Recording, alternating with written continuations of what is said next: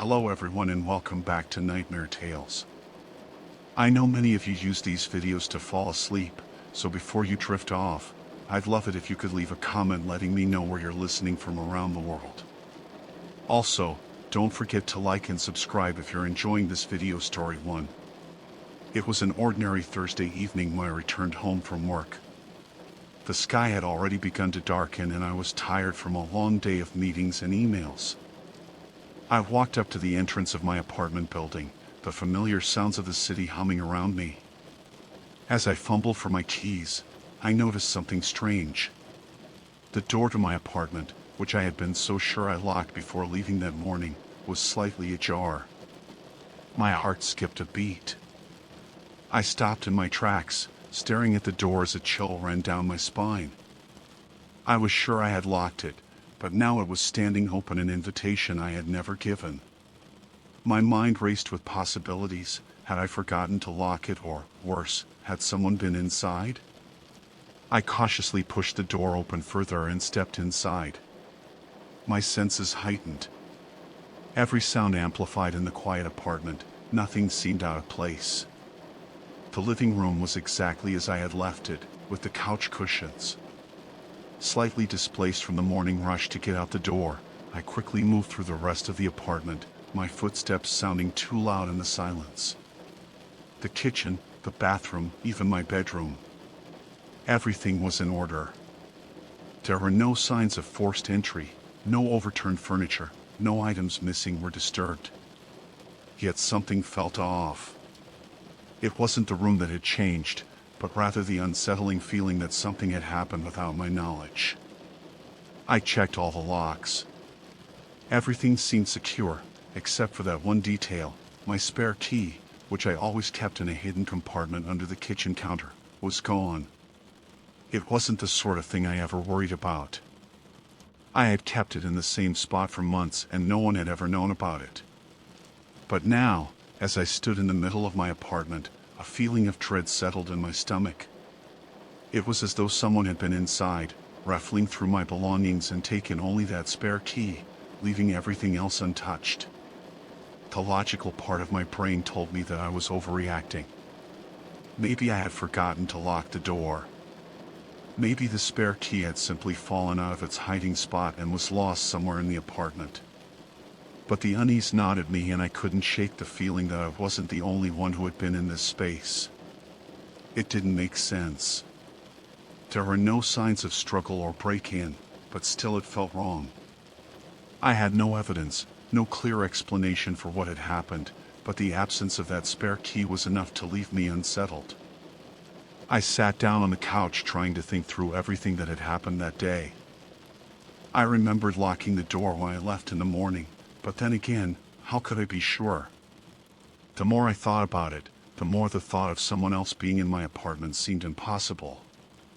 Who would have a reason to do something like this? Who would know about the spare key? The questions spiraled in my mind, each one leading to another, none of them offering any clarity. I could feel my nerves beginning to fray.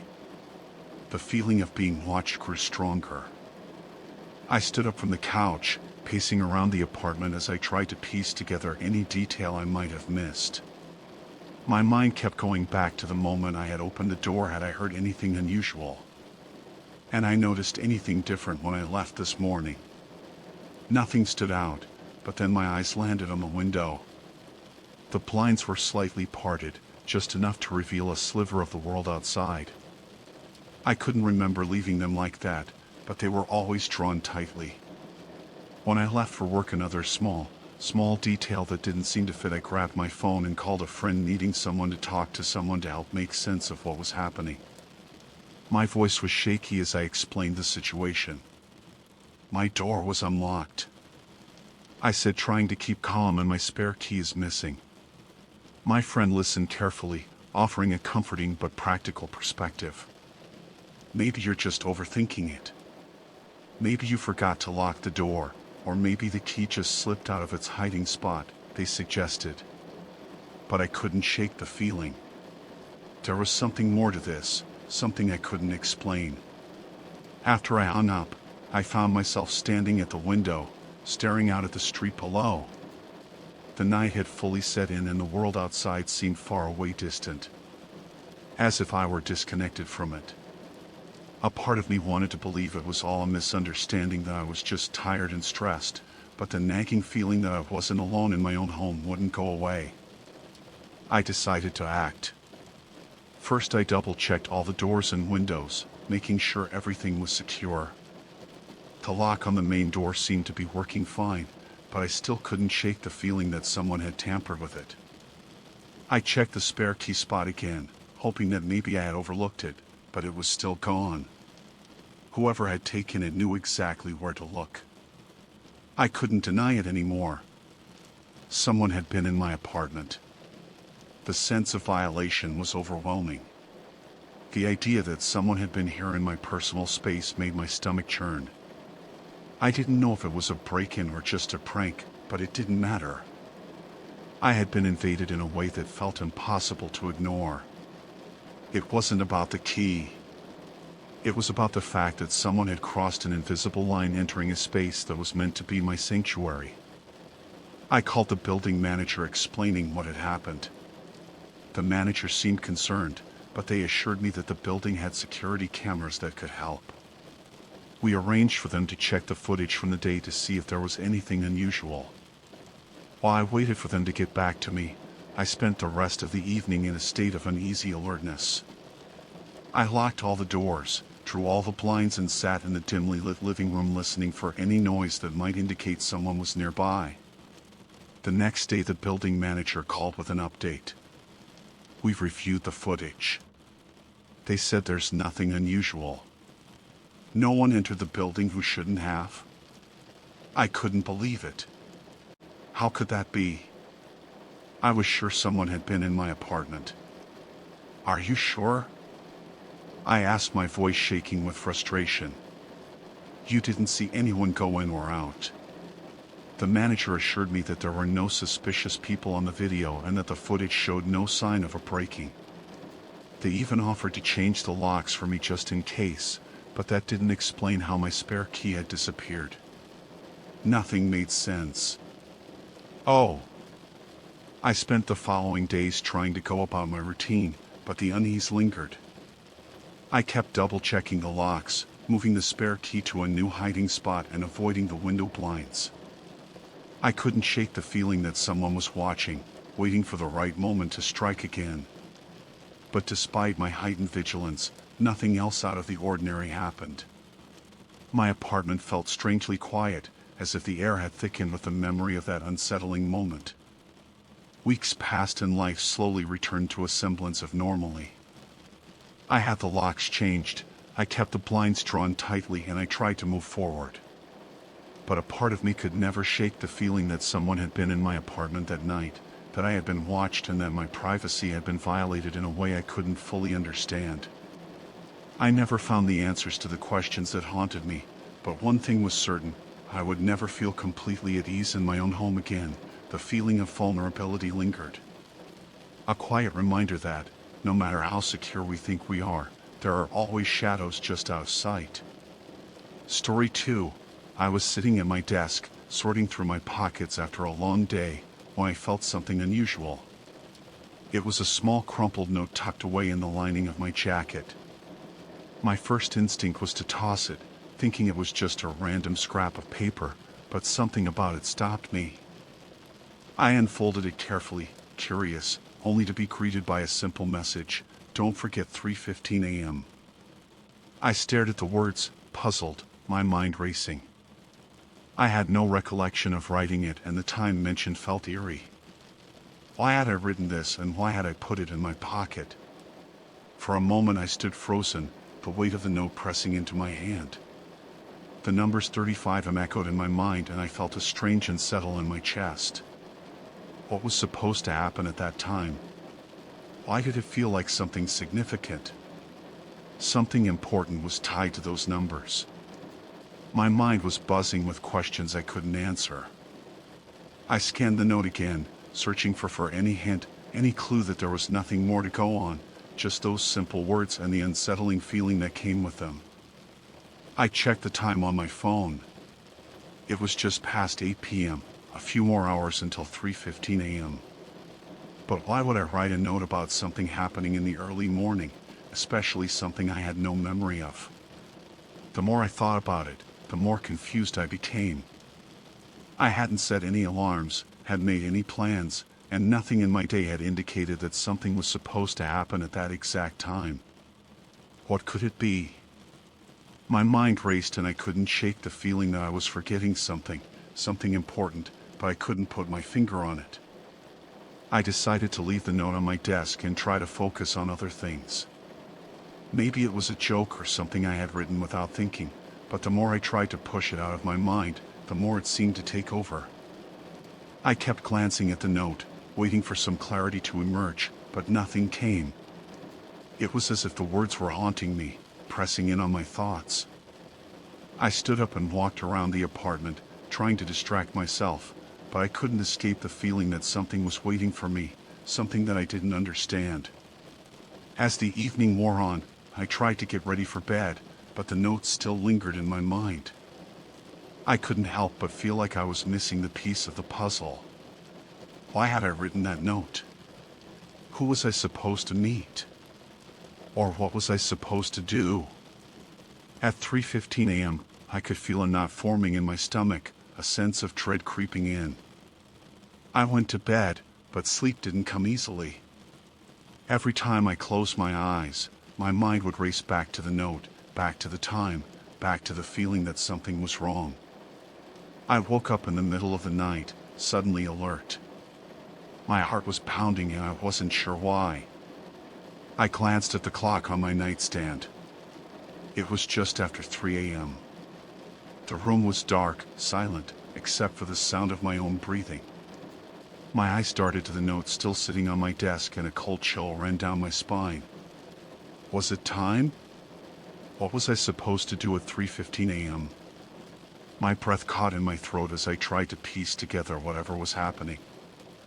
I couldn't remember writing the note, but it was as if my body knew something. My mind didn't. I swung my legs out of bed and walked over to the desk. The note was still there, the words glaring up at me. Don't forget 3:15 a.m. What did it mean? I could feel my palms sweating as I picked it up. My mind raced, but I couldn't make sense of it. I had no plan, no idea what was supposed to happen, and yet everything inside me told me to stay alert, to wait. I glanced out the window at the quiet street below.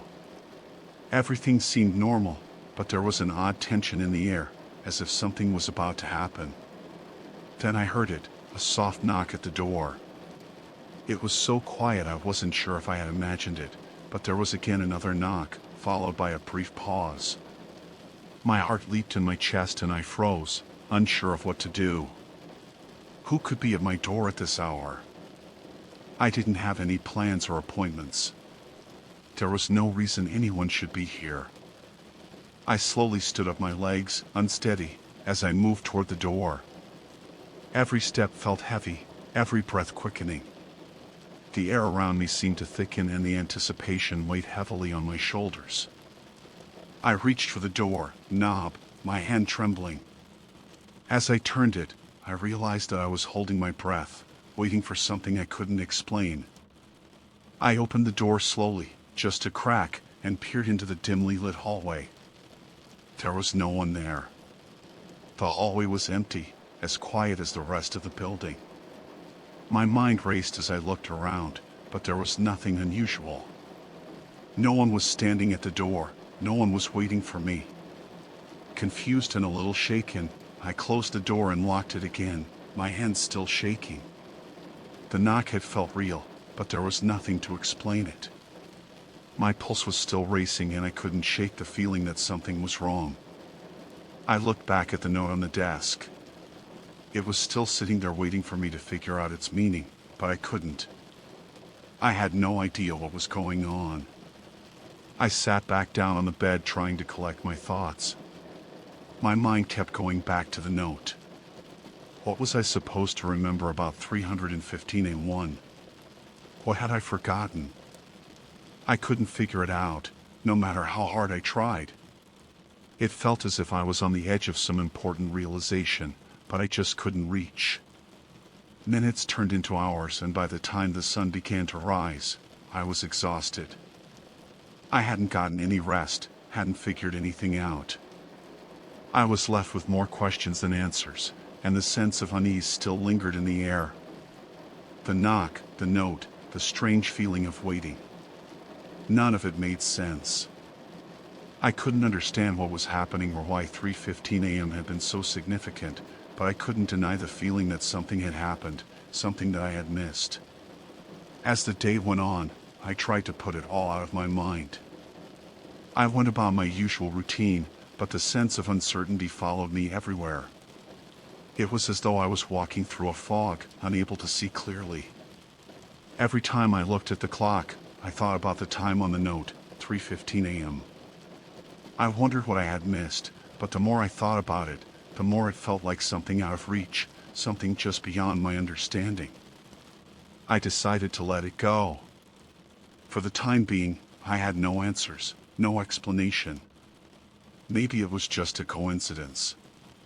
Maybe my mind was playing tricks on me, but something inside me told me that I would never be able to forget the note, the knock, or the strange unsettling feeling that had followed me. Whatever it was, it had left its mark, and I couldn't shake the feeling that there was more to it, something I would have to confront someday. And as I sat there, lost in thought, I realized that maybe I hadn't been meant to understand it all right away.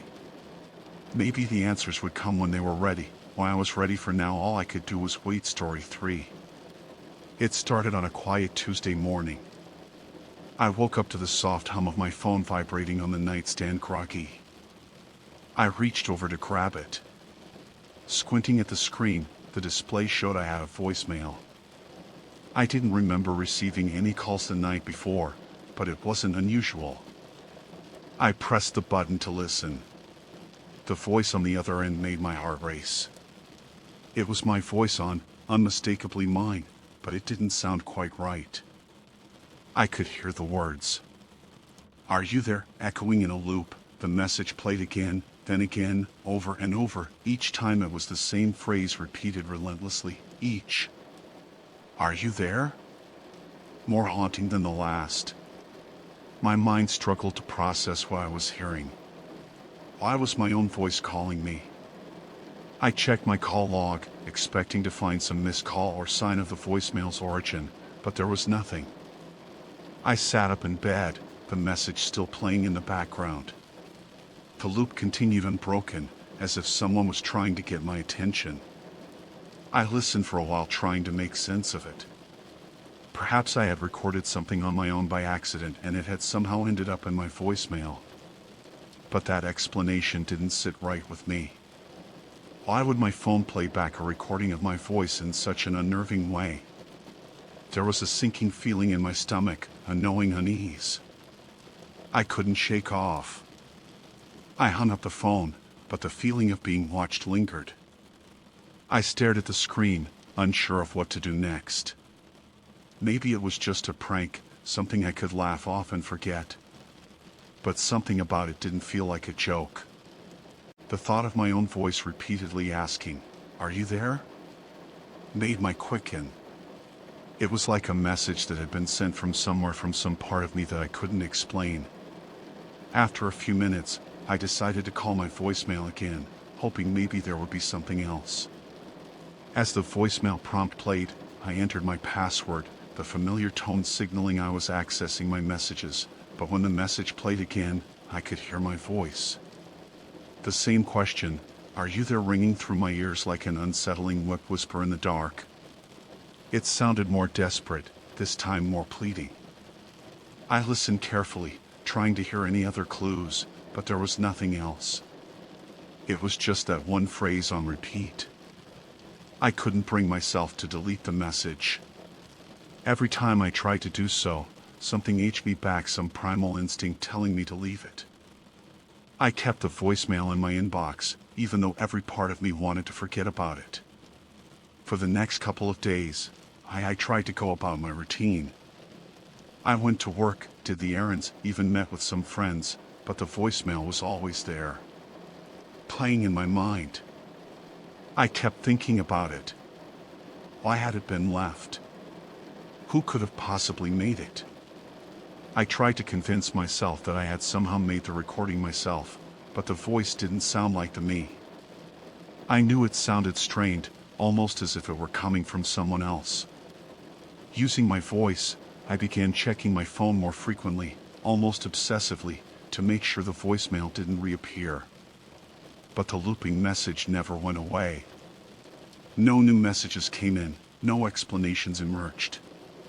It was like the voicemail had been placed there by some invisible force that I couldn't understand. I started to wonder if I was losing my mind. Maybe I was just imagining things. After all, no one else seemed to know about the voicemail. No one else heard it. Maybe I had been dreaming it all. One evening, as I was sitting alone in my apartment, the phone rang again. I froze. I hadn't expected anyone to call, and I wasn't prepared to hear my own voice again. I hesitated before answering, my hand shaking as I lifted the receiver. "Hello," I said quietly, as if expecting an answer. The line was silent for a moment before a voice spoke. "Are you there?" The voice was my own. I dropped the phone in shock, my heart pounding in my chest. There was no mistaking it, that voice. My voice was speaking from the other end. But it wasn't just a voice. It was the way it sounded, as though it had been recorded, played back and distorted. My hands trembled as I picked up the phone again, but no one was there.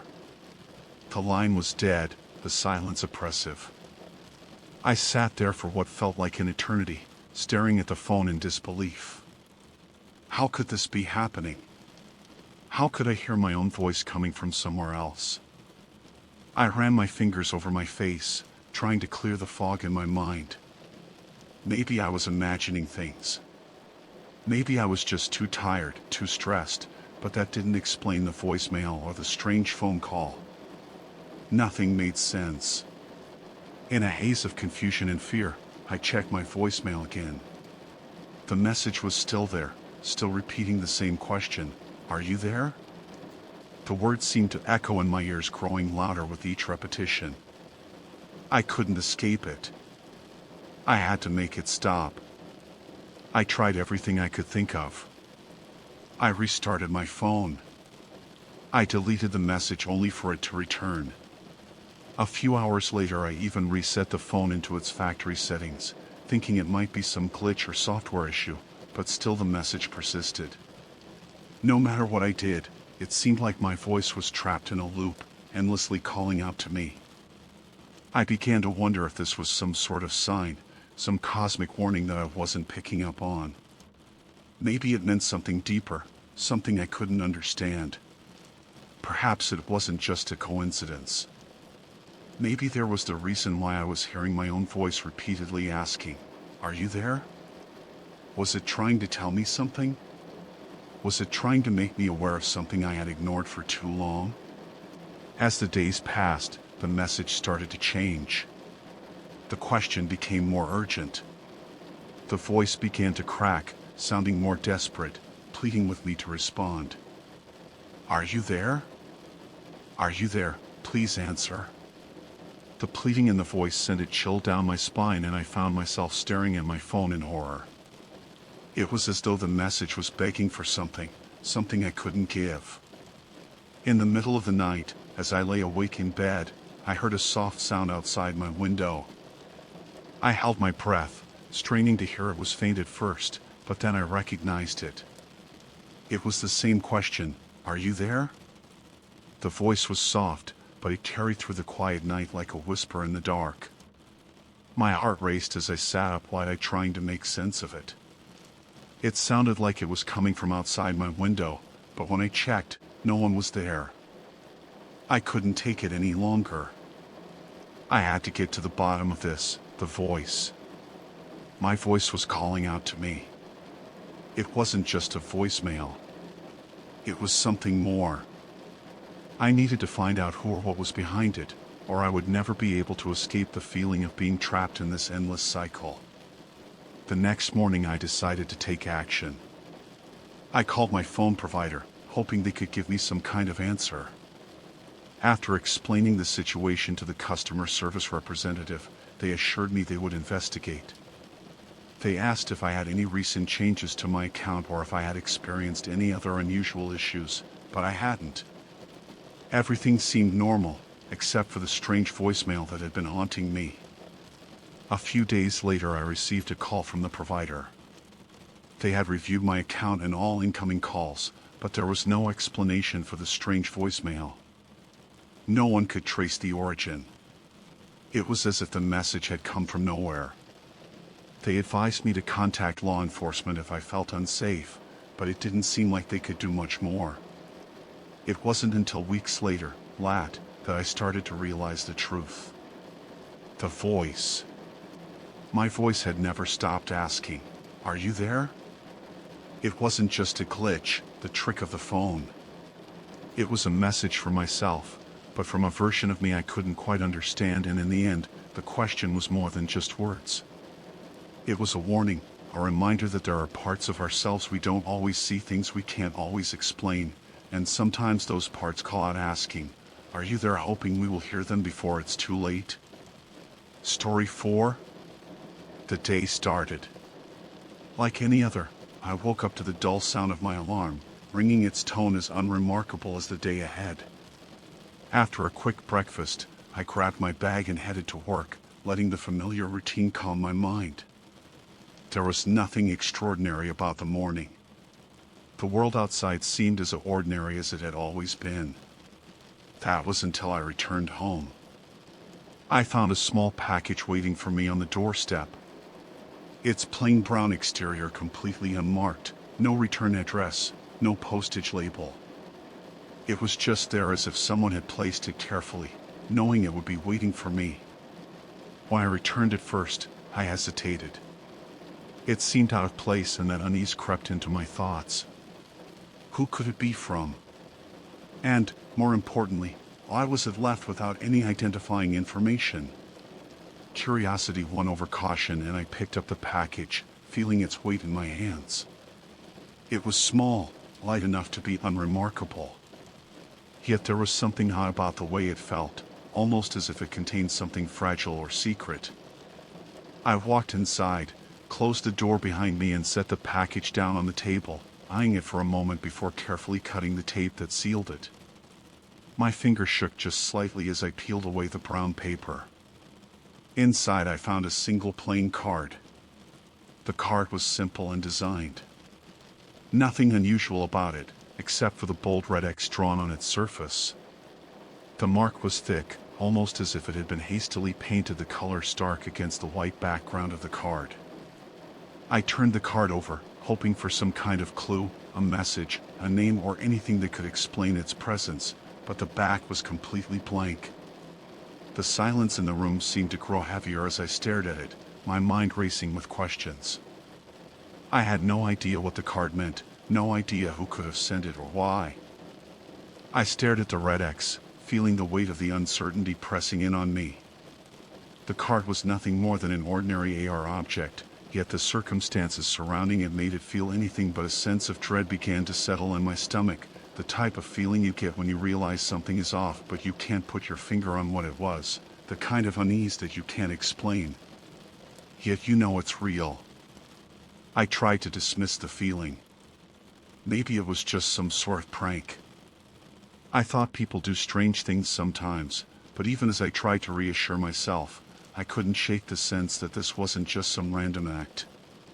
The absence of a return address, the mysterious delivery, and the strange red X all felt too deliberate. I couldn't help but wonder if it was a message, something more than just a card. I set the plain card down on the table and went to the kitchen, needing to clear my mind. I poured myself a glass of water, my hands still trembling slightly, though I didn't know why. The card was just a plain card.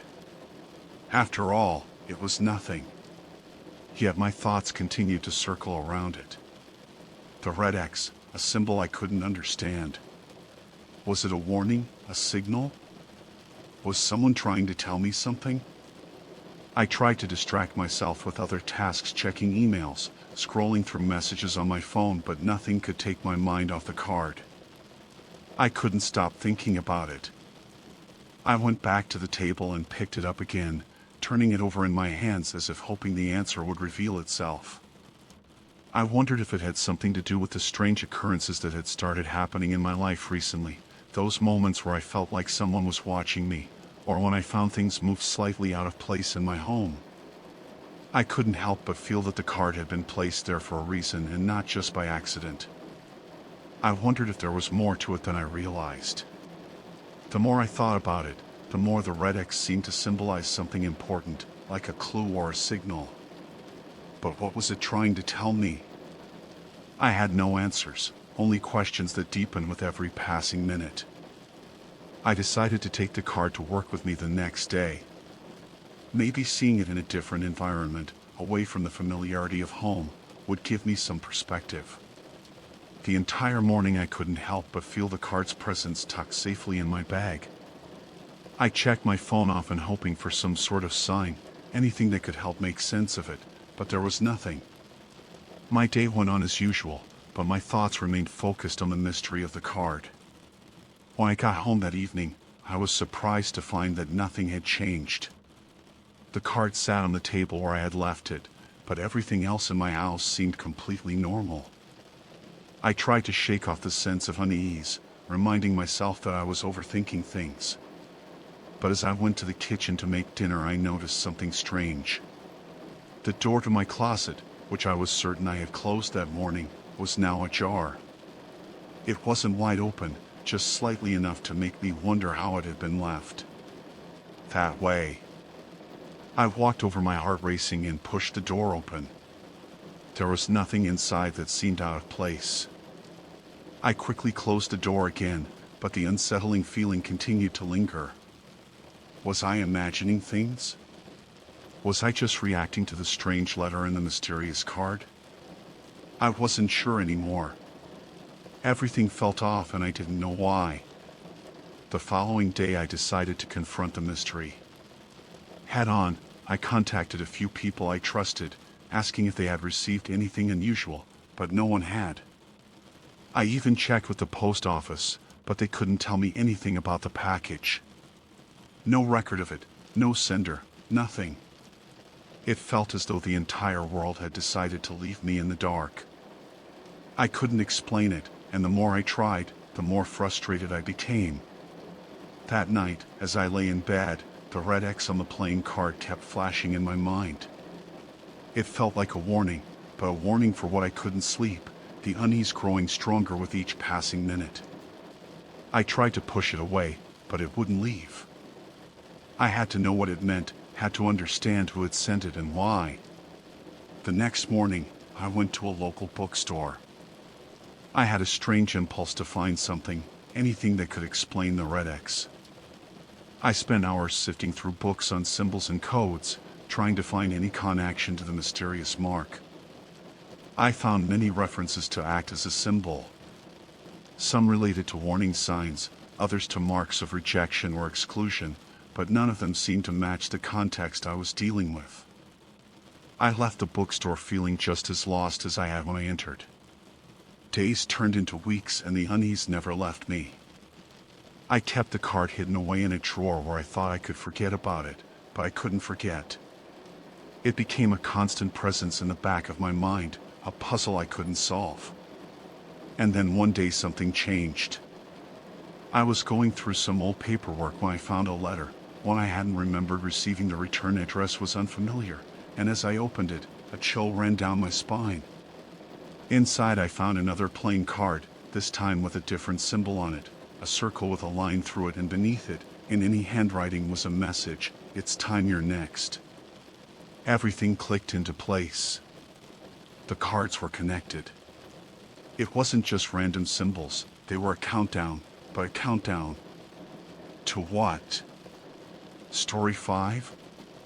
It was a quiet evening when I settled into the couch, ready to unwind with my favorite show after a long day. The house was peaceful. The lights dimmed just enough to give it a cozy, comfortable feel. I grabbed the remote ready to flick through the channels, but as I reached for it, The TV powered on by itself. The soft hum of the screen filling the room startled me, but it wasn't until the image appeared that I felt my heart skip a beat. The screen showed a live foot of my front door. At first I thought it might have been some kind of error, a glitch, but the longer I stared at it, the more unsettling it became. It wasn't a typical surveillance camera view that I might expect, though I didn't own any cameras at the front door, so the image was completely out of place. The feed was clear, detailed, and there was no reason why it should have been there in the first place. I turned the volume up, expecting some kind of explanation, but there was none. The screen remained silent, just showing my front door. I quickly grabbed my phone and checked to see if any of my devices had been hacked, maybe through some app or service that I wasn't aware of. My mind raced with possibilities. Could someone have accessed the TV through my Wi-Fi? Could I have forgotten to update some security settings, but nothing on my phone or computer seemed out of place. The TV feed continued to show my front door and I couldn't tear my eyes away. What was even more unsettling was the time this wasn't happening in the middle of the night. It was early evening, just after sunset. I sat frozen for a moment, my mind processing the implications. The feed on the screen remained unchanged. The front door was empty, but I couldn't shake the feeling that something was wrong. There was no logical reason for the video to appear. And even if it was a malfunction, why was it showing such a specific view? Why my front door? My pulse quickened as the possibility that I was being watched crept into my mind. It felt as though I was no longer in control of my own home. After a few moments of staring at the screen, I decided to turn the TV off, hoping to break whatever strange spell had overtaken the room. I reached for the remote, but the TV wouldn't respond. It remained on the video of my front door continuing to play. Unaffected by my commands, I tried the power button on the TV itself. Nothing. My frustration and fear started to mount as I struggled with the device, and the feeling of unease only grew stronger. I called the company's customer service line hoping for some kind of answer. The woman on the other end of the line seemed calm, almost unnervingly so, when I explained what was happening. "That's strange," she said, "but it sounds like a glitch. You might need to reset the TV or maybe even do a factory reset." Her voice was steady, but her words didn't comfort me. I followed her instructions, hoping it would resolve the issue, but I unplugged the TV and waited for a few moments before plugging it back in. The screen still came to life. There it was again, my front door on the TV, clear as day. At this point my heart was racing. I was no longer sure what I was dealing with, but it felt much too deliberate to be a simple malfunction. I checked the time again, noticing it was nearing dusk. The darkness outside was creeping in, but my attention was still focused on the screen. My front door remained empty. But the image made me feel as though I wasn't alone. The shadows in the frame grew longer as the light outside faded, making the scene look more ominous. I knew I had to do something, but I wasn't sure what. I tried to shake off the rising fear and called a friend hoping they could provide some sort of rational explanation. When they answered, I quickly described the situation. My voice wavered as I told them about the TV and the video of my front door. They laughed at first, dismissing it as a simple technical issue, but when I mentioned that the feed wouldn't turn off, their tone changed. They asked if I could hear anything from outside, footsteps, any noises. I strained my ears, but there was only silence. "Go outside and check," they suggested, trying to keep the mood light, but I hesitated. Something about the idea of stepping outside while the TV continued to show the front door made me feel more vulnerable, as though I was being watched in a way that I couldn't understand, but I knew I had to do it. I grabbed the jacket and walked cautiously to the front door. I opened it slowly and stepped out into the cool air, but the porch was empty. No one was there. I stood for a moment taking in the surroundings. It was eerily quiet and the neighborhood felt as though it was holding its breath. I looked around the yard, checking the shadows, the trees, the street. Nothing moved. I felt ridiculous for being so nervous, but the sense of unease still clung to me. I went back inside, closing the door behind me, and stood in front of the TV, which was still showing the front door.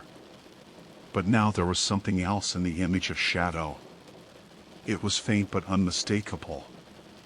I snatched back my breath, catching in my throat. The shadow wasn't there.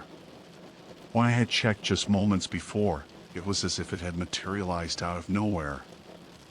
I couldn't shake the feeling that something was moving in the dark just outside the door, but I had been up there and saw nothing. The shadow in the feed seemed to grow larger, shifting as though it was slowly creeping closer to the door. At that point I knew I couldn't just sit there any longer. I grabbed my phone and called the police. The dispatcher on the other end answered quickly, but when I explained the situation I could hear the skepticism in their voice. "Are you sure it's not a technical glitch? Maybe someone's messing with you?" they asked. I didn't know how to explain that. It didn't feel like a glitch anymore. This was something else. I insisted they send someone to check it out, and after a few moments of silence, the dispatcher agreed. When the officers arrived, I let them in and showed them the TV. One of the officers, a young man with a calm demeanor, studied the screen for a moment. "This is strange," he muttered, his eyes narrowing, but after examining the TV, he suggested the same thing, the possibility of a malfunction. However, when I pointed out that I had unplugged it and it had turned back on by itself, they seemed to take it more seriously. The second officer, a woman with more experience, stepped forward and asked me to step outside with her. I did, but nothing seemed to miss.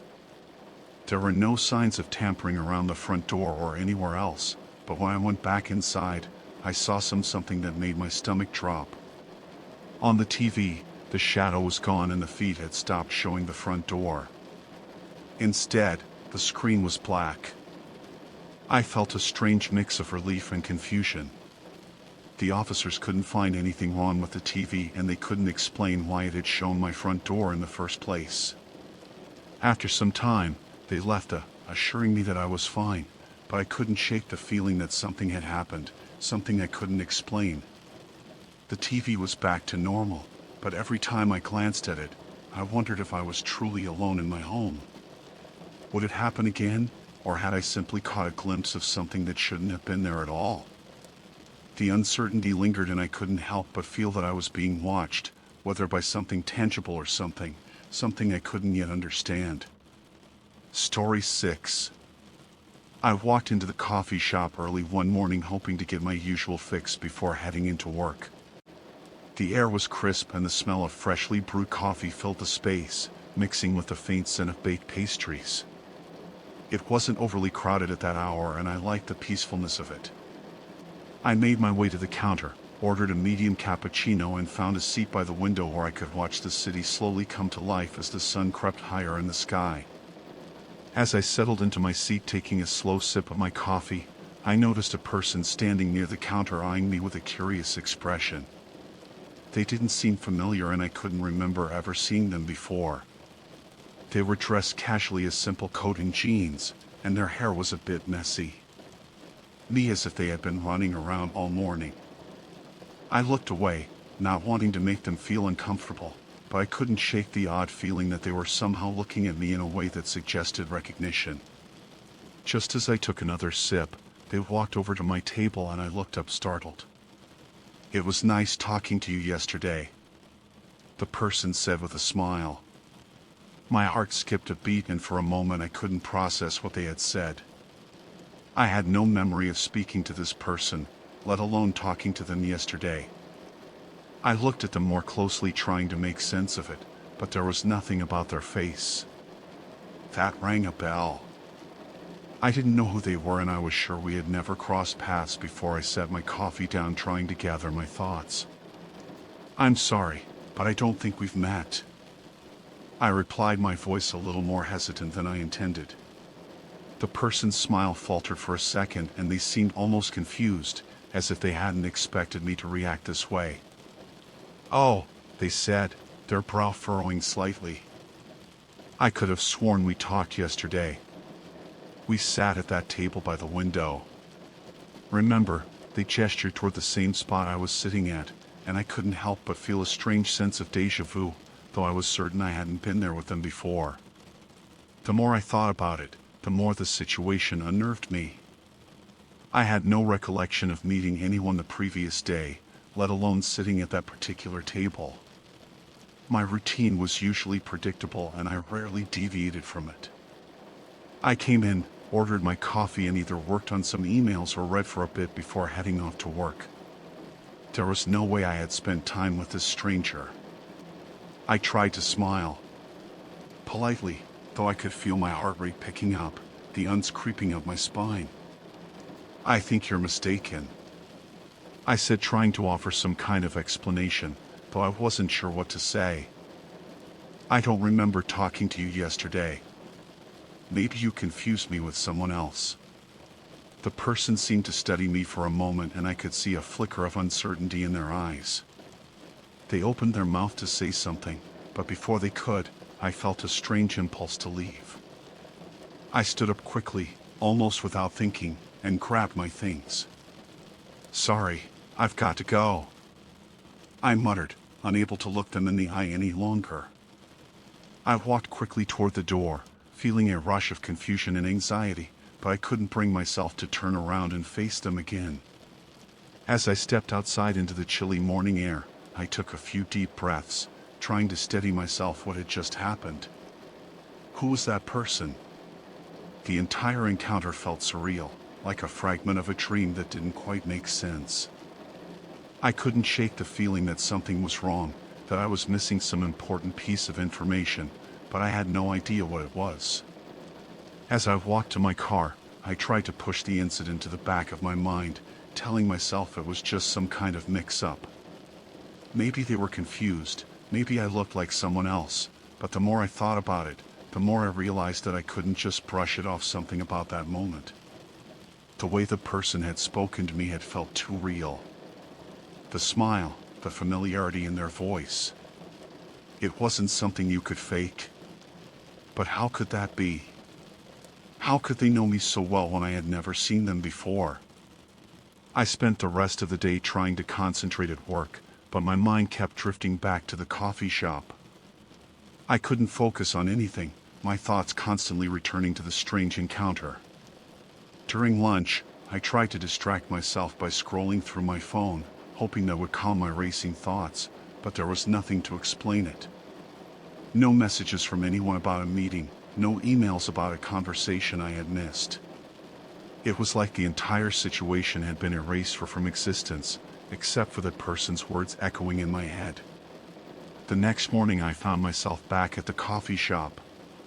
Despite my lingering doubts, I didn't expect to see the stranger again, but a part of me needed some kind of closure.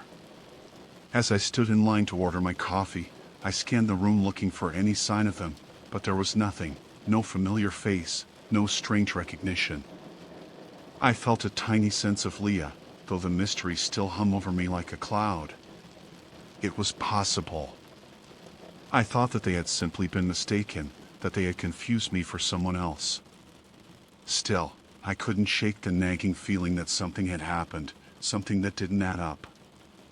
I ordered my coffee, found my usual spot by the window and tried to relax, but as I sipped my drink, I couldn't help but feel like I was being watched. My eyes flickered around the room, but no one was paying attention to me. Maybe it was all in my head. I told myself, just my mind running wild with questions I couldn't answer. I pulled out my laptop, deciding to get some work done, hoping that would help me refocus. But the sound of the doorbell jingling as someone entered the coffee shop made me look up instinctively, and there, standing at the counter, was the stranger from yesterday. They glanced over at me and for a brief moment our eyes met. I quickly looked away, feeling the weight of the situation settle in my chest. I wasn't sure what to make of it. Had they followed me here? Were they watching me again? My mind raced, trying to come up with some rational explanation for what was happening, but nothing made sense. They didn't approach me this time, just went about their business ordering a coffee and taking a seat near the window. I tried to continue with my work, but my thoughts kept returning to them. Had I imagined everything? Was I losing my mind? I tried to focus to push the confusion out of my head, but I couldn't. It was like a puzzle I couldn't solve, and the more I thought about it, the more it gnawed at me. When I finished my coffee, I gathered my things and left the shop, walking back to my car without looking back. I still didn't have answers, but I couldn't help but feel like I was being pulled into something I didn't understand. I couldn't let it go. Not yet. The stranger's words lingered in my mind, and I wondered if I would ever find out what they meant. Maybe it was a misunderstanding, maybe I had imagined it, but deep down I knew something had happened, and it was far from over. Story 7. It was a typical Saturday morning, and I was just getting into my car to run a few errands. The weather was pleasant, but the sun gently warming the pavement. As I backed out of my driveway, I hadn't planned on doing anything out of the ordinary that day. Just a few quick stops and then back home. As I pulled onto the main road, I decided to use my car's GPS to guide me to the first destination.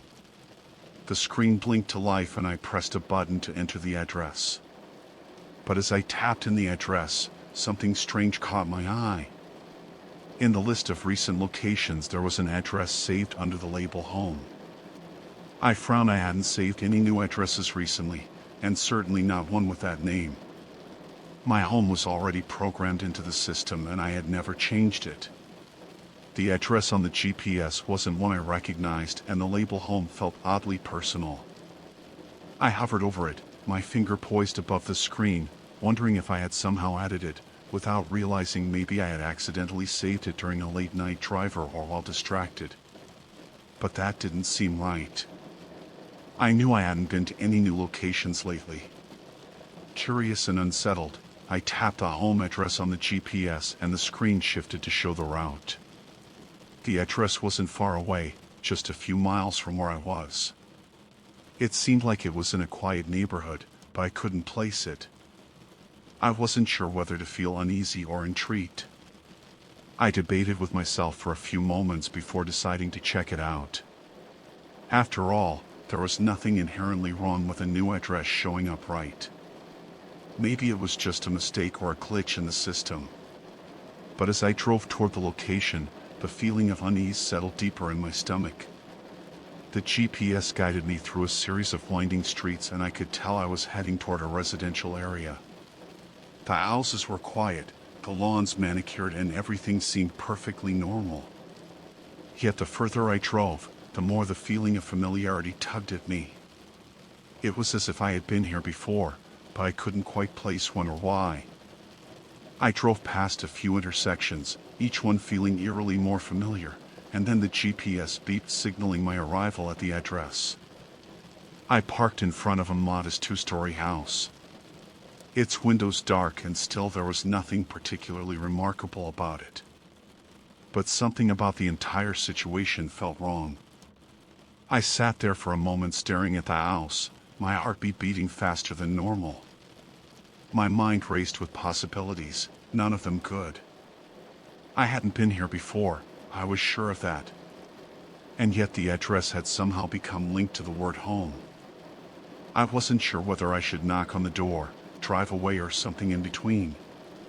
The logical part of me wanted to ignore the sensation of discomfort and just leave.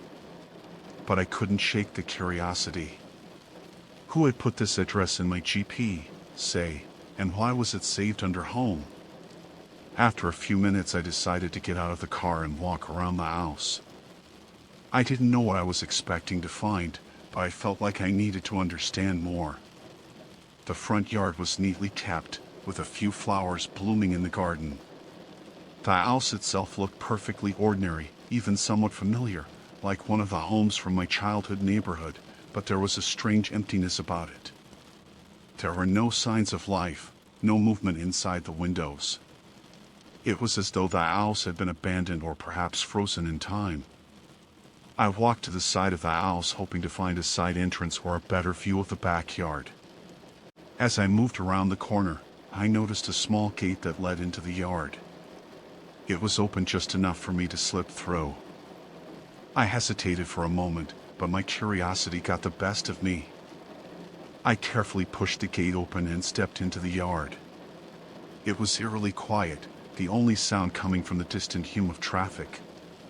The yard was well maintained, just like the front, but there was an odd stillness to it. I walked further closer to the back of the house, but as I reached the corner I suddenly stopped there. Against the wall of the house was a set of old weathered garden tools. The of them should have been completely normal, but something about them seemed strangely familiar. I took a step closer, my mind trying to make sense of the sensation. The tools weren't anything special, just a rake, a shovel, and a pair of gloves. But they looked almost as if they had been left there recently. I couldn't explain why, but I had the distinct impression that these were my tools, that I had once used them or at least had been near them. A chill ran down my spine. How could that be? I didn't own these tools, not at least to my knowledge. I stood there for a moment staring at the tools, trying to piece everything together. How was it possible that something so mundane, so simple, could unsettle me so much? As I turned to leave, I noticed something else, a small plaque mounted on the side of the house, near the back door. I hadn't seen it at first, but now it stood out, its inscription clearly visible. I walked closer to read it, my heart beginning to race again. The plaque read, "Welcome home." I froze. The words felt like a punch to the gut. My mind reeled, trying to make sense of it all. Welcome home. The phrase seemed so ordinary, so welcoming, but at that moment it felt like a warning. It was too much, too strange. I didn't know how to explain it, but I knew I had to leave. The sense of unease was overpowering and I had to get out of there. I turned quickly, heading back to the front of the house. As I made my way back to the gate, I could almost feel someone watching me. I glanced over my shoulder, but there was no one there. I hurried back to my car, fumbling for my keys. As I opened the door, I slammed it shut, started the engine and sped away, not daring to look back. The drive home was a blur. My thoughts were scattered, my mind trying to process everything I had just experienced. How had the address ended up in my GPS? Why was it saved under home? And why did everything about that house feel so familiar? Even though I had never been there before? I couldn't shake the feeling that I had somehow stumbled into something much bigger than I could understand, something that had been hidden from me for a reason. By the time I got home, the sun was setting, casting long shadows across the street. I parked in my driveway, but I didn't immediately get out of the car. Instead, I just sat there for a few minutes, staring at the dashboard. I felt exhausted, mentally drained from the whirlwind of questions and strange sensations. My hands were still trembling slightly as I gripped the steering wheel. I didn't know what to do next. Part of me wanted to go back to the house to get answers, but another part of me, the part that had felt that sharp sense of dread, wanted to forget it ever happened. I couldn't explain what I had experienced, but I knew one thing for sure. Something about that house, that address, and that plaque had unsettled me in a way nothing else ever had. I took a deep breath, trying to calm my racing thoughts. As I stepped out of the car, I glanced at my phone. The GPS had already reset itself, erasing the mysterious address from the list of recent locations. It was as if the entire experience had never happened. The address was gone and I was left with nothing but the memory of it. But deep down I couldn't shake the feeling that the house, the plaque, and the address were all some connected to me, and I couldn't help but wonder if I would ever truly be able to escape the strange pull it had on me. Story 8. I had just gotten off the train, still feeling the echoes of the journey in my bones. The familiar hum of the station, the shuffle of hurried footsteps, and the murmur of distant conversations always made me feel a bit detached, like I was floating between worlds. It was a cold evening and the station was relatively quiet, with only a few people milling around. I had made this commute countless times, always following the same routine: step off the train, head to the exit and walk to the nearby cafe for a moment of solace before heading home. But as I walked toward the station's exit, something felt off. It was the odd sensation of being watched, as if eyes were following my every move, though I didn't notice anyone in particular. I tried to dismiss the feeling, chalking it up to exhaustion or an overactive imagination, but then I heard a voice, a man's voice, calling from behind me, startling me out of my thoughts. "Are you still being followed?" he asked. The words were so blunt, so direct, that I stopped dead in my tracks, confusion washing over me. I turned slowly, trying to place him in my mind, but I didn't recognize the man standing there. He was older, with graying hair and a weathered face. His expression serious, almost too serious for a stranger on the street. He didn't seem to be asking out of curiosity, but as if he already knew the answer. "I'm sorry." What I asked, unsure how to respond, it was a question that felt entirely out of place in the setting. Like it didn't belong. He stood a little too still, and for a brief moment the air around us felt thick, like something was about to happen that neither of us could control. The man's eyes were fixed on mine, as if waiting for me to say something, but I could hardly think straight. He took a slow step forward, his gaze unwavering. "You've been followed for some time, haven't you?" The way he phrased it made it sound like a fact, like he already knew the answer. A strange chill crept down my spine. There was no way he could have known anything about me, about my life, or about the unsettling feeling I had for weeks now. Yet somehow his words rang with a disturbing certainty. I took a step back, my heart beginning to race. "Who are you?" I asked, my voice shaking slightly. My mind was spinning. Who was this man, and why would he say something like that? It felt like he was stepping into a part of my life that I had been trying to ignore, the part that I had been desperately avoiding, the sensation of being watched, of someone following me, though I never saw anyone. The man didn't answer immediately. Instead, he glanced around as if scanning the area, and then his gaze fell back on me. "You're not imagining it," he said quietly. "It's real. They've been following you." Her words hit me like a wave, and I felt a knot form in my stomach. Was he talking about the strange feeling that had been plaguing me, the constant awareness that there was someone behind me, someone watching my every move, though I could never see them? I opened my mouth to speak, but no words came out. I felt a tightening in my chest, a fear creeping in that I couldn't quite place. My mind raced through the past few weeks, strange coincidences, the fleeting glimpses of someone just outside my field of vision, the sense that I was never truly alone. Could it be true? Was someone really following me? The man seemed to sense my growing panic. "Listen," he said, his tone softening just slightly. "I know this is difficult to process. I'm not here to harm you, but you need to know what's happening. You've been under surveillance, and it's been going on longer than you realize." His words hung in the air, thick with meaning it was hard to comprehend, to make sense of. I had no idea what he was talking about, but the sheer conviction in his voice made me hesitate. "Why me?" I managed to ask, my voice barely above a whisper. Why would anyone be following me? I wanted to laugh it off, to tell him he was wrong, but the truth was there was a small part of me that already feared this might be real. The strange occurrences, the way my life had started to feel off kilter, had it all been a result of someone watching me from the shadows? The man didn't immediately answer.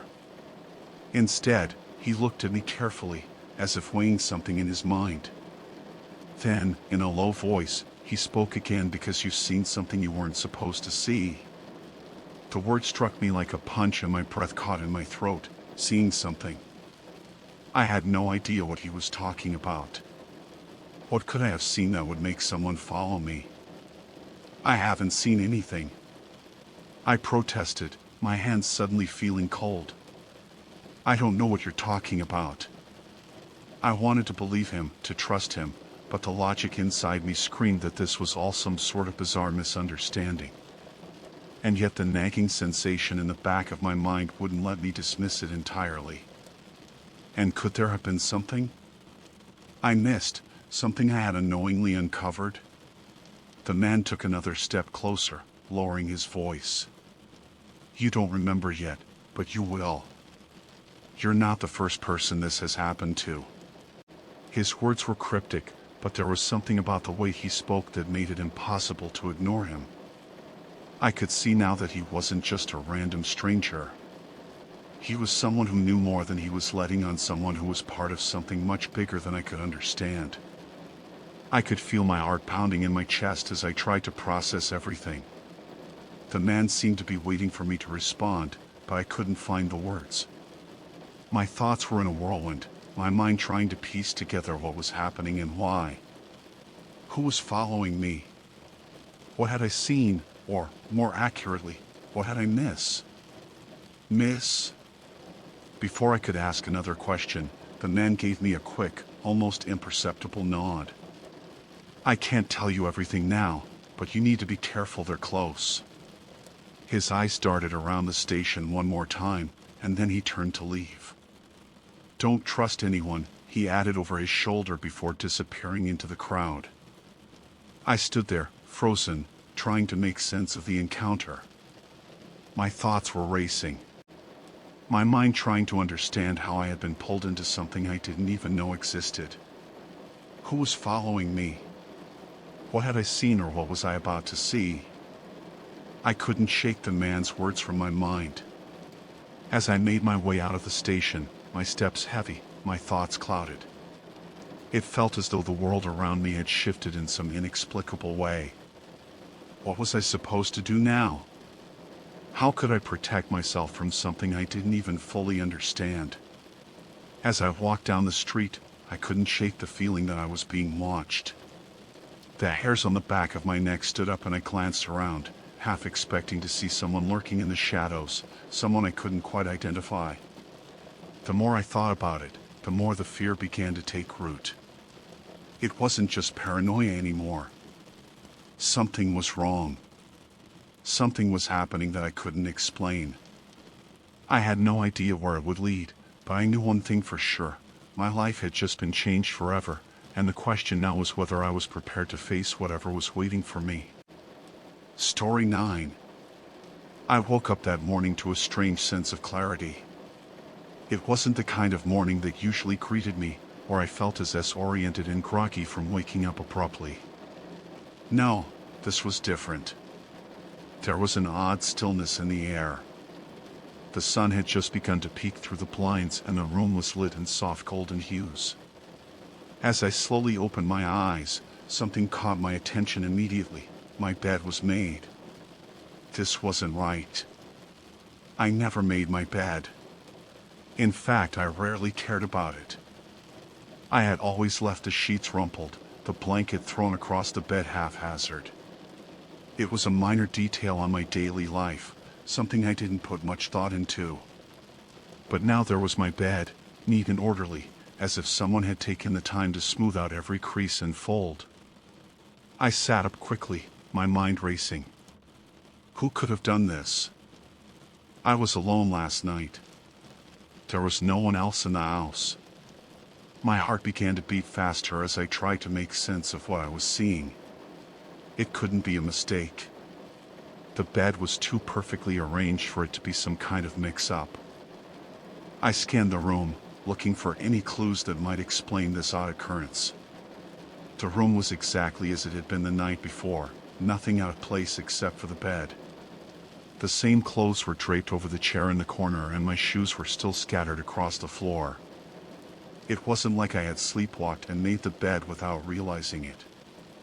I would have remembered that I slid out of bed and walked toward the sheets, running my fingers over the smooth surface. Everything was in its place. The pillows fluffed just so the blanket pulled taut across the mattress. There were no signs of anyone else having been in the room. I felt a chill creep up my spine, my mind racing with possibilities. Had someone entered my room while I was asleep? The thought was unsettling, but it didn't seem possible. The windows were locked and the door had been securely shut. When I woke up, there were no signs of forced entry. I went downstairs to make my morning coffee, but the unease lingered. I tried to shake it off, telling myself it was nothing, a strange fluke or a figment of my imagination. But as I went about my morning routine, the image of my neatly made bed wouldn't leave my mind. Every time I passed by my bedroom, I felt a strange pull, like I was being drawn back to it. I couldn't stop thinking about it, and it bothered me more than I cared to admit. I spent the rest of the day trying to focus on work, but my thoughts kept returning to the bed. Who could have made it? Why would anyone do that? I couldn't even remember the last time I had made my bed myself. It wasn't something I cared about. It didn't make sense. I told myself that it was probably nothing, just a random coincidence, a trick of the mind. But the more I thought about it, the more I realized it wasn't just the bed. It was the feeling I had when I woke up. It was as if something had shifted, something subtle but undeniable. Something had changed and I couldn't quite put my finger on it. The next night I tried to keep my mind off of the bed. I deliberately left it messy before going to sleep, hoping that would ease my mind. I knew it was a silly thing to obsess over, but the whole situation had started to feel off. As I lay there in the dark, I listened to the quiet of the house, the only sound being the soft ticking of the clock. But then, just as I was about to drift off to sleep, I heard a sound faint but distinct. It was a rustling, as if someone were moving around in the room. I froze my heart, pounding in my chest. Was someone in my room? I strained my ears, but the sound stopped as quickly as it had started. I lay there in the dark trying to steady my breath. Was I imagining things? It could have been the wind or just the owls settling. But then the thought crossed my mind, what if someone was really here? What? But if this wasn't just a strange coincidence, I must have drifted off eventually, because the next thing I knew the sunlight was streaming through the window again. I sat up quickly, my eyes darting around the room. The first thing I noticed was that my bed was once again made. This time it wasn't just an E, it was perfect. Every crease had been smoothed out, every pillow aligned in the exact same spot. I could feel the hairs on the back of my neck standing up as I sat there, unable to move. This couldn't be happening. No one else had been in the room. There was no way.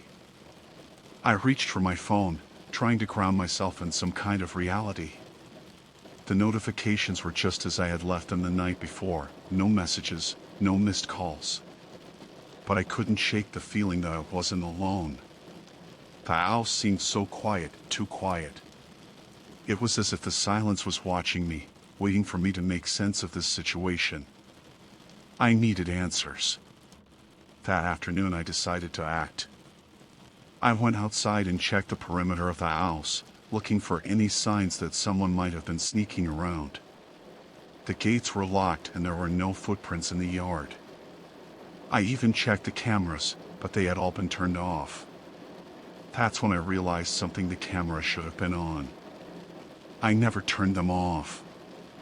I hadn't even touched them. Someone else must have done it. I felt a cold sweat forming on the back of my neck as I stood there piecing everything together. It wasn't just the bed, it was the cameras. It was the feeling that someone was in the house with me. Even when I was alone, I felt a creeping sense of dread that I couldn't shake. Was I being watched? Had someone been entering my home without my knowledge? I couldn't let it go. I spent the next few days analyzing every detail, searching for anything that might explain what was going on, but every time I looked around, the same unsettling feeling followed me. My bed was made every morning. Despite my best efforts to leave it messy, the camera stayed off and I couldn't remember touching them. It felt like I was being trapped in some strange cycle that I couldn't break. Finally, I reached out for help.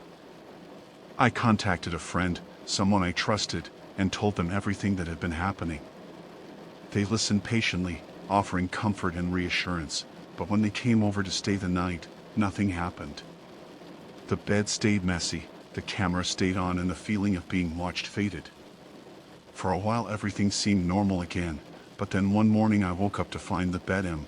Once more the feeling returned just as strong as before. I never found out who had been making my bed or why it happened.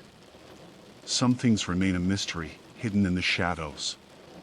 But after everything that occurred, I started locking the doors and windows more carefully, just in case I couldn't let my guard down.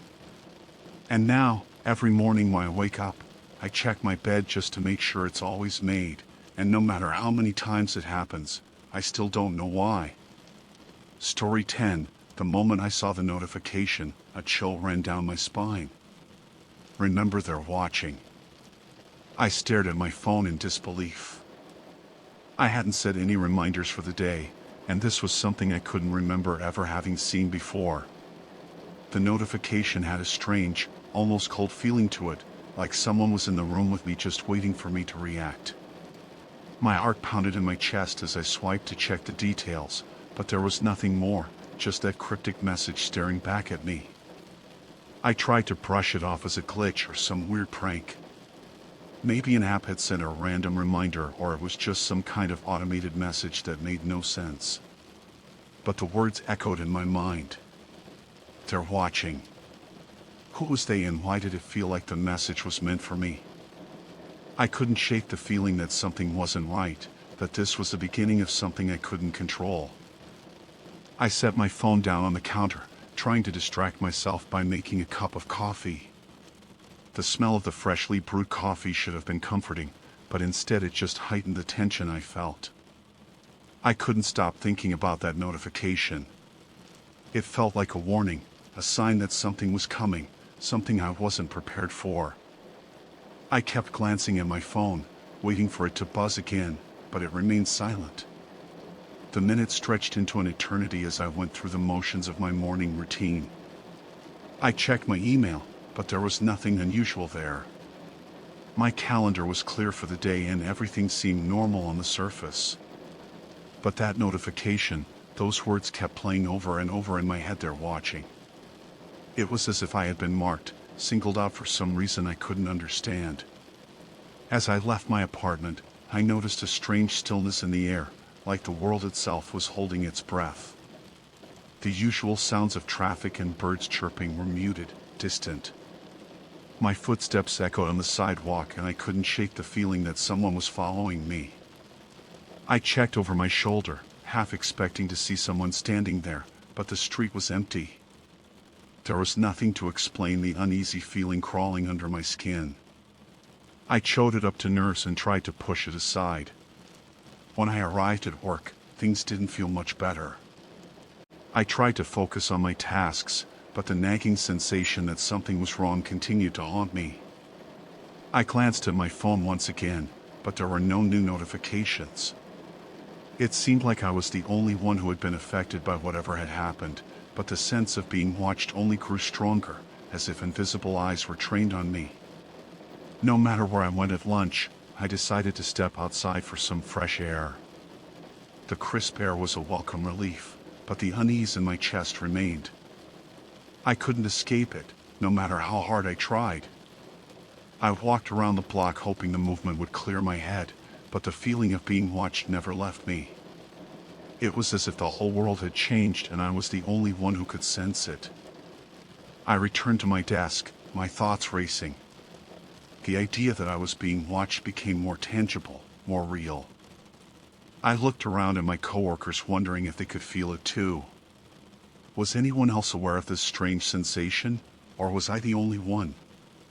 I couldn't tell if I was losing my mind or if something much bigger was happening. It felt like I had stumbled into something dark and unknown, something I wasn't meant to see. The day passed in a blur, my mind too preoccupied with the message to focus on anything else. I couldn't shake the feeling that I was being followed, even though there was no one there. Every glance in the mirror, every reflection in a window felt like an opportunity for someone to catch me looking. When I left the office that evening, I half expected to see someone standing outside watching me, but the street was empty, as quiet and ordinary as it always was. When I got home, I immediately checked my phone again, hoping for some sort of explanation, but nothing had changed. The message had come from a reminder app, but there was no indication of who had created it or why it had appeared. I tried to delete it, but the app wouldn't let me. It was as if the message had become a permanent fixture on my device, a reminder that I couldn't escape.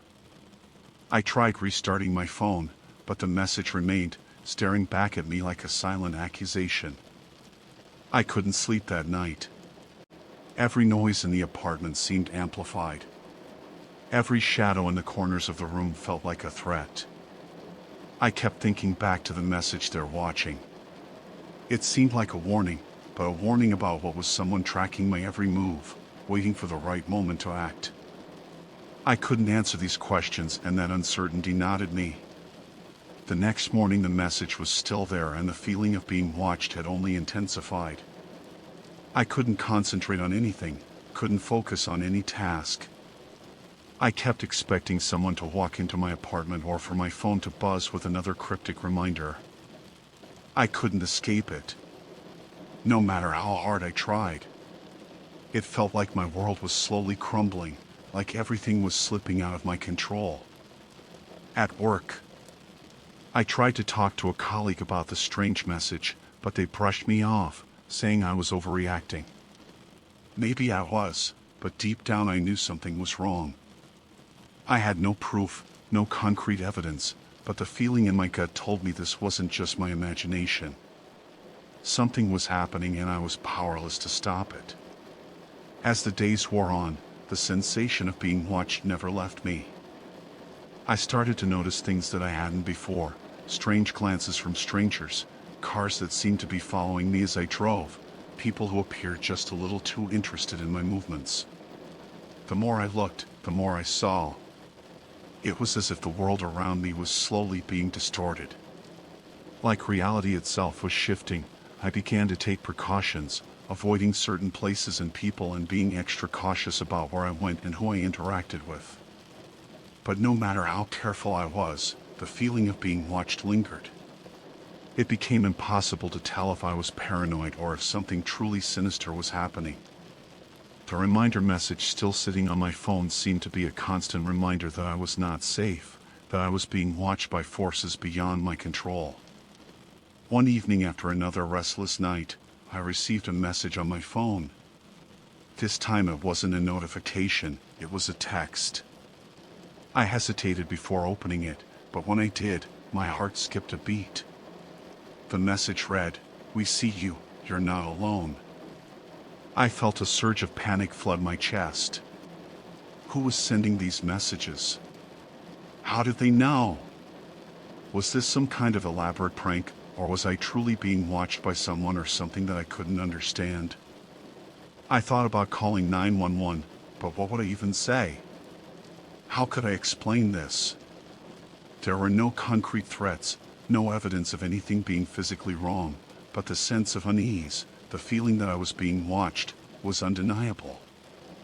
I didn't know what to do or who to turn to, and then, as quickly as it had started, the messages stopped. The reminder vanished from my phone and I no longer felt the eyes of someone or something on me. But even now, as I sit here writing this, the lingering feeling remains. I still check over my shoulder, still wonder if I'm being watched. I don't know who or what was behind all of this, but I can't shake the feeling that it isn't over. Something is still out there and I don't know if I'll ever truly be free. Story 11. It started with a notification on my phone. I was sitting on the couch after work, scrolling through emails when the calendar alert popped up. Final meeting, it said, scheduled for 12 o'clock midnight. My first reaction was confusion. I never scheduled meeting that late. In fact, I could not remember the last time I even used my work calendar outside of work hours. My stomach tightened as I opened the app to look closer. The appointment had no details except for the title and the time. There was no location, no notes, and no attached participants, just the words. Final meeting. I tried to delete it, but the option was grayed out. I tapped at the screen repeatedly, growing more frustrated as nothing happened. After a few minutes, I decided to close the app and reopen it. When I checked the calendar again, the meeting was still there. I sat back on the couch, my mind racing. Maybe it was some kind of glitch. It would not be the first time my work calendar had acted up, but the title bothered me, final meeting. It was such an ominous phrase, it sounded more like a threat than an appointment. I considered calling the IT department, but it was late and I figured I would just check with them in the morning. As the evening wore on, I tried to distract myself with television and dinner, but my mind kept returning to the calendar event. My phone buzzed around 10 o'clock with another reminder, final meeting scheduled for 12 o'clock midnight. My pulse quickened as I stared at the screen. Who would schedule something like this? I checked my email to see if there were any notifications from my boss or coworkers, but there was nothing. By 11 o'clock, I was starting to feel genuinely nervous. I reopened the calendar and stared at the appointment. I tried editing it again, but the app still would not let me make any changes. I even tried logging out and back into my account, but the meeting remained. The idea that someone else might have accessed my calendar crept into my mind. But who would have done that and why? I decided to stay awake until midnight just to see what would happen. Maybe it was some strange prank or an automated error. I sat on the couch, the television on low in the background, as the minutes crept closer to 12 o'clock. My heart pounded as the time approached. When the clock hit 12 o'clock, my phone buzzed with the final reminder. A few seconds later, my screen went black. I held my breath as the phone restarted itself. When it powered back on, there was a new notification: meeting completed. My hands were shaking as I opened the calendar. The appointment was gone. No record of it remained. My entire body felt tense as I stared at the screen. Trying to make sense of what had just happened, set my phone down and stood up, pacing around the apartment. My thoughts spiraled. Someone had to have access to my account, but how? My passwords were complex and I never shared them with anyone. I checked my email for any security alerts, but there was nothing. My phone buzzed again and I nearly jumped. It was a new email. The subject line read, "Final meeting." My hands trembled as I opened it. The body of the email contained just one sentence: "Thank you for attending." No sender information, no contact details, just that single line of text. My mind raced through possible explanations: a prank, a hacker, or something worse. The next morning, I called the IT department. As soon as I got to work, I explained the situation, trying to keep my voice steady. The technician on the end of the line sounded skeptical. "You said the meeting disappeared. After midnight," they asked, "and you got an email." I confirmed both. "That's unusual." They said, "We can run a security check on your account." I sat at my desk feeling restless as I waited for them to get back to me. My email inbox was quiet and my calendar looked normal. By noon, the technician called back. "We didn't find anything unusual." They said no evidence of a breach and there's no record of that email in our server logs. My heart sank, but I saw it. I said it was there. The technician paused. "It's possible. You received a phishing email, but if that's the case, it should have left some trace."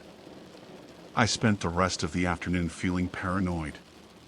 Every time I got a notification or an email, my heart jumped. I found myself checking my calendar repeatedly, half expecting the meeting to reappear. Nothing happened. I stayed late at work that evening trying to focus on finishing a project, but my thoughts kept drifting back to the mysterious message. That night I locked my doors and double-checked the windows.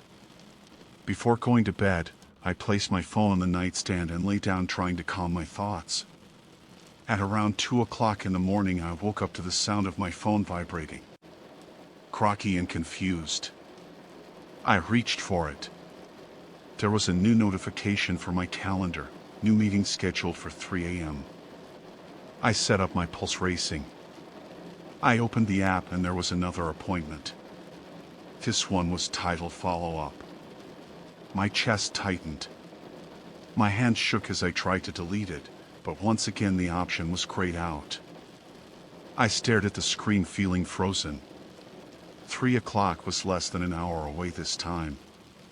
I did not wait. I called it immediately. A sleepy-sounding technician answered after a few rings. My calendar. There's another meeting. I said quickly, you need to check my account. The technician sighed, all right, hold on. I could hear them typing. After a long pause, they said there's nothing showing up on our end. My heart hammered, but I can see it right now.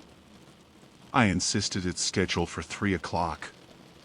Wait, the technician said, sounding more alert.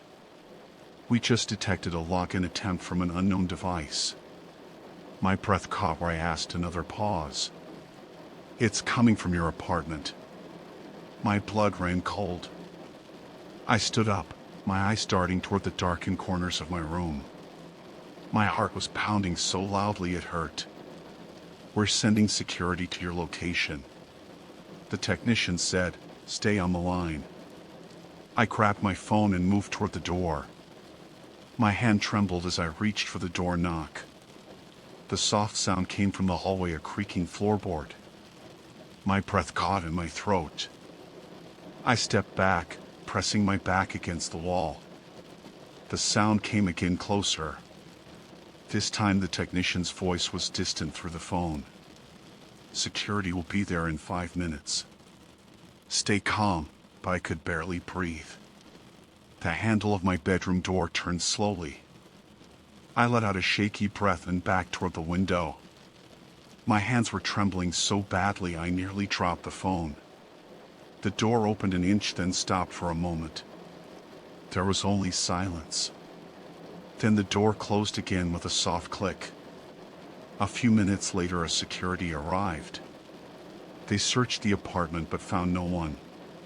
All the locks were intact and there was no sign of forced entry. The technician followed up the next morning, confirming that there had been a breach attempt, but they could not trace the source. I changed all my passwords and added additional security measures, but I knew deep down that it would not make a difference. The calendar events never returned, but the feeling that someone had been in my home never left. I no longer trusted the silence of my apartment at night, and whenever I opened my work calendar, I braced myself for the possibility of another meeting. Story 12. I was sitting on the couch where my phone buzzed with a message. I glanced at the screen and saw an unknown number. The message read, "Did you enjoy the movie last night?" My brow furrowed as I reread the words. I had not gone to a movie last night. In fact, I had stayed home alone the entire evening watching TV and scrolling through my phone. Curiosity and confusion settled over me as I stared at the message. I thought about ignoring it, but my fingers hovered over the keyboard. I finally replied, "I think you have the wrong number." A minute passed, then another, but no response came. My mind began to turn over the possibilities. Maybe it was just a simple mistake, or maybe someone was trying to play a joke on me. After a few minutes I shook it off and went back to watching TV. Still, I could not help but glance at my phone every few minutes, waiting for another message. Eventually I convinced myself that it was nothing and turned my attention back to the screen. I told myself that it was not worth overthinking, but the feeling of unease lingered in the back of my mind. Later that evening my phone buzzed again. I picked it up and it was the same number. This time the message said, "You were sitting in the back row, right?" My heart skipped a beat as I read the words. I had not gone to any movie. How could someone think they saw me there? My fingers tightened around the phone as I reread the message. A chill ran down my spine as I typed a response. I think you have the wrong person. I didn't go to a movie last night. I hesitated before hitting send, wondering if this was some kind of prank. A response came almost immediately. Are you sure? My chest tightened. The certainty in the message made my skin crawl. Who was this person and why were they so convinced? It was me. I tried to shake it off, but the unease only grew stronger. I decided to block the number, thinking that would put an end to it. I told myself it was just a mistake or someone trying to mess with me, but as I put my phone down, I could not shake the feeling that something was wrong. How could someone have mistaken me for someone else so confidently? I managed to sleep that night, but my dreams were restless and strange. I woke up several times convinced I had heard my phone buzz, or that someone was standing outside my window. Each time I checked my phone, but there were no new messages. When I finally woke up for good, I felt drained. I convinced myself it was just a weird prank and I needed to move on. The next day passed without incident, and by evening I had almost convinced myself it was nothing. But just as I was starting to relax, my phone buzzed again. It was the same number. This time the message read, "You were wearing a blue jacket." Right, my stomach twisted into knots. I had worn a blue jacket yesterday, but only while running errands. I had not gone to a movie or been anywhere unusual. My hands trembled as I teared back. Who is this? I stared at the screen waiting for a response. Minutes passed and then a single message popped up. You know who I am? My breath caught in my throat. I had no idea who this person was. My heart hammered in my chest as I stared at the message. Unsure of how to respond, I blocked the number again, telling myself it was the only logical thing to do. It had to be a prank. Someone was playing a game with me, but the feeling of unease only deepened. I checked the locks on my doors and windows, making sure everything was secure. Still, I could not shake the feeling that someone was watching me. That night I struggled to sleep. Every sound seemed amplified. Every shadow in the room felt like it was moving. I woke up at one point, convinced I had heard footsteps outside my bedroom door. I sat up listening carefully, but the house was silent. Still, the sense of being watched lingered. The next morning, I told myself I was overreacting. I got through most of the day without thinking about the messages, but just before sunset my phone buzzed again. It was a new number. This time the message read, "I saw you again today." My pulse quickened. My eyes darted toward the windows as I tried to think clearly. I had gone to the grocery store earlier, but I had not noticed anyone following me. I replied, "Who is this? Why are you messaging me?" The response came quickly. "You know me." My stomach tightened. I tried to think of anyone. It could be a friend, a coworker, but no one came to mind. My hands shook as I typed. "I don't know you. Leave me alone." No response came after that. That night I could not sleep. I sat up in bed, the phone resting on the nightstand beside me. I kept checking the locks, the windows, the doors. My heart raced at every noise. At one point I thought I heard soft footsteps outside my door. I held my breath, straining to listen. After a moment everything was quiet again. I lay awake for hours waiting for another message, but none came.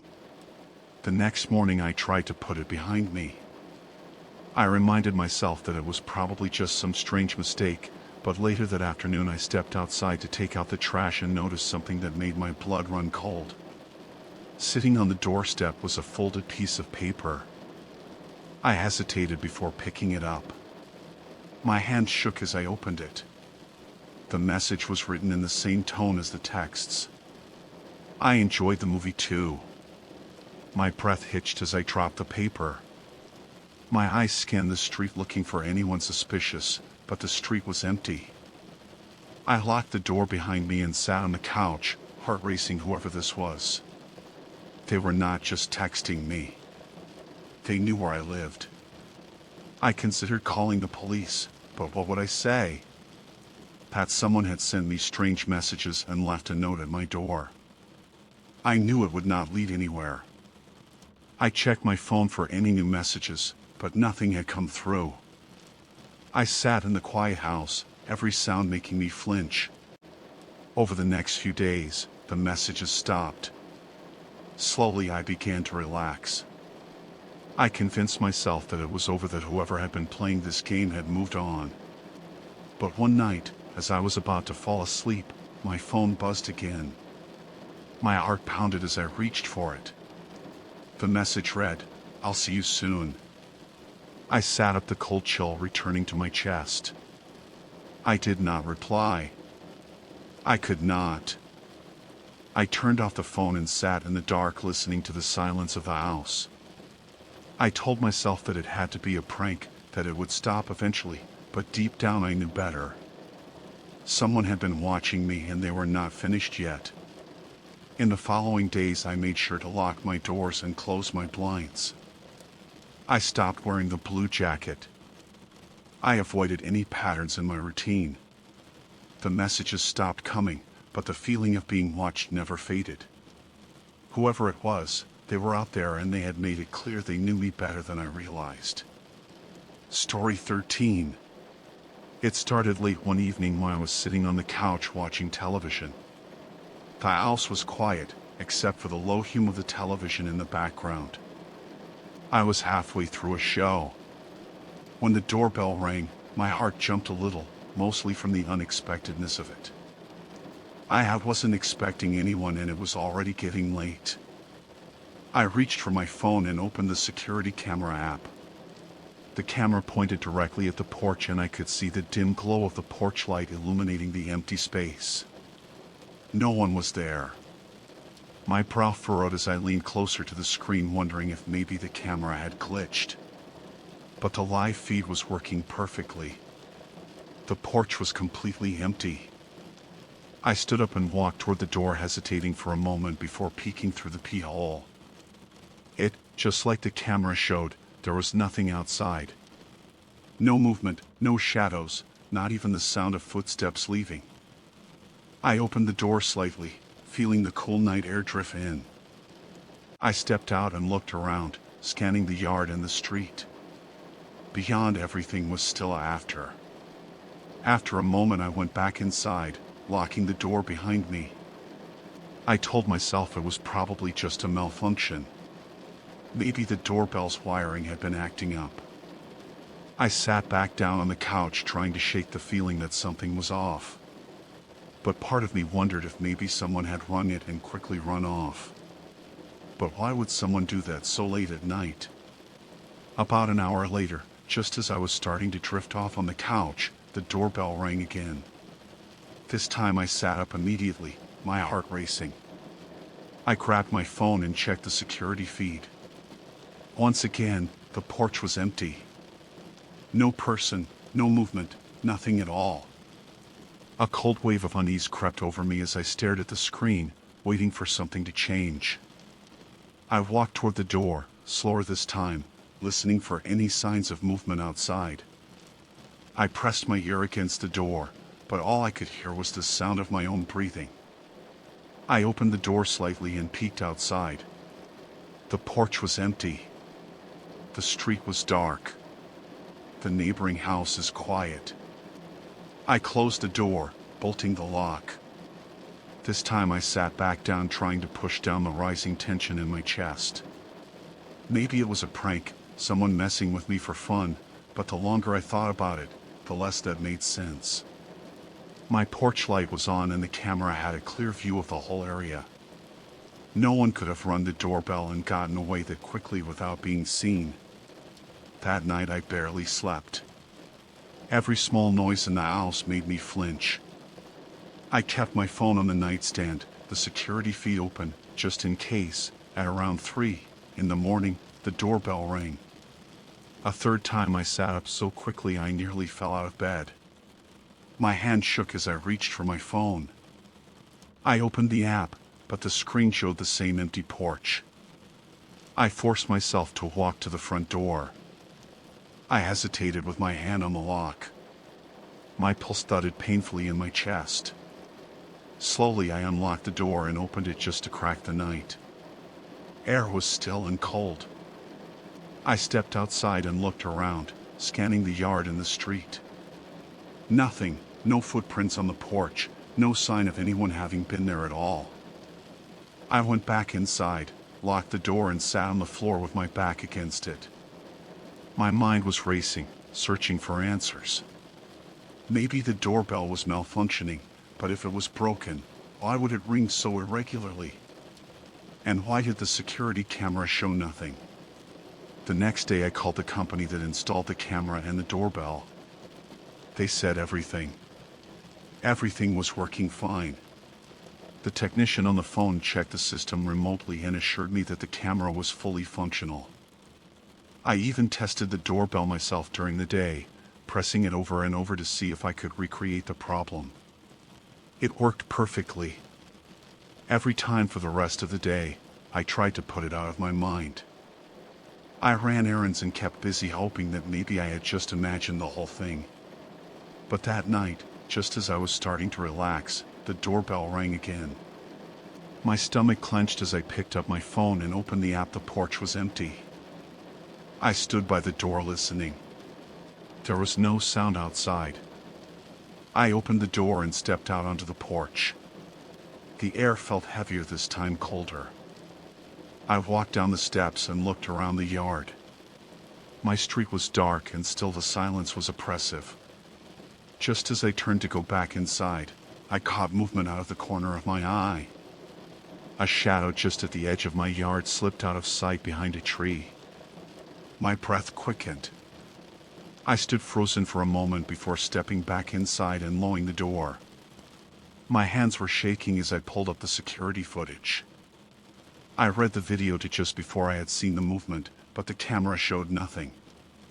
It was as though the shadow had never been there. I started to dread nightfall. The next evening the doorbell rang again. I didn't even need to check the camera to know what I would see. I watched the feed anyway and, as expected, the porch was empty. This time I didn't open the door. I sat on the floor back against the wall and listened. After a few minutes I heard a soft scraping noise at the door. My breath caught in my throat. The noise stopped after a few seconds, followed by silence.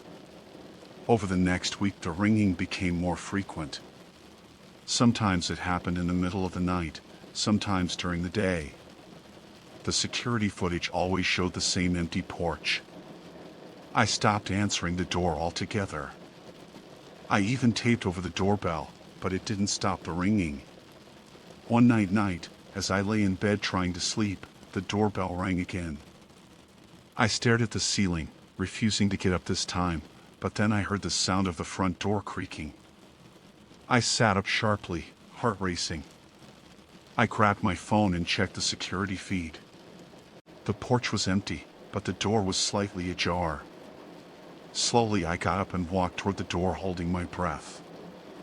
I reached for the doorknob and pulled it closed, locking it carefully. As I stood there, I heard something, a soft knock. My breath caught in my throat as I backed away from the door. The knock repeated, soft and deliberate. I ran to the window and pulled back the curtain, but the street was empty.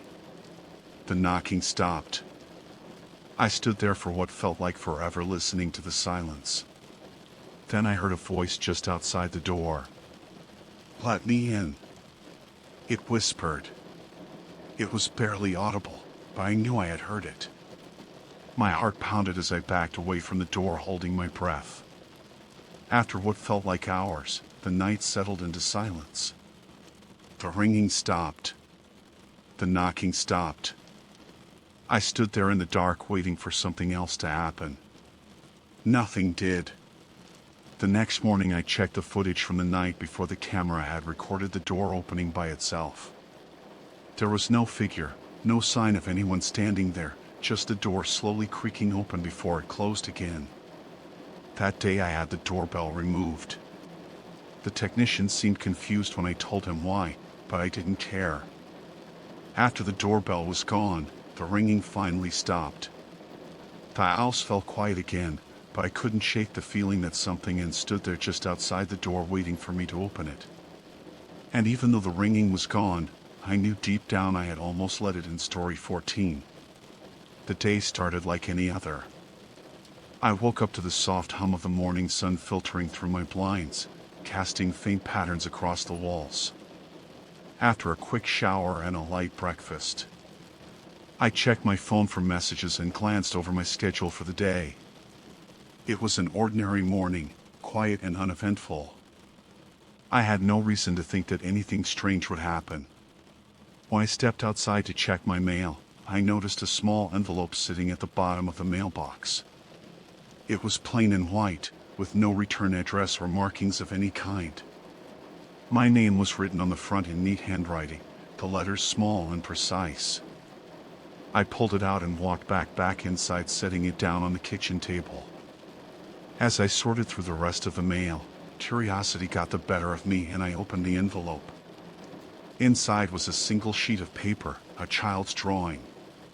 The drawing was made with crayons, the lines uneven and colorful in that typical, childlike way. My breath caught in my throat as I stared at it. The drawing showed a person lying in a bed, eyes closed, with dark hair spilling over the pillow. It was unmistakably me. The details were strikingly accurate. The shape of the bed, the color of the blanket, even the small lamp on the nightstand next to the bed, it all matched perfectly. But that was impossible. No one had been in my bedroom recently, and certainly not a child. My hands felt cold as I turned the drawing over, searching for some kind of explanation.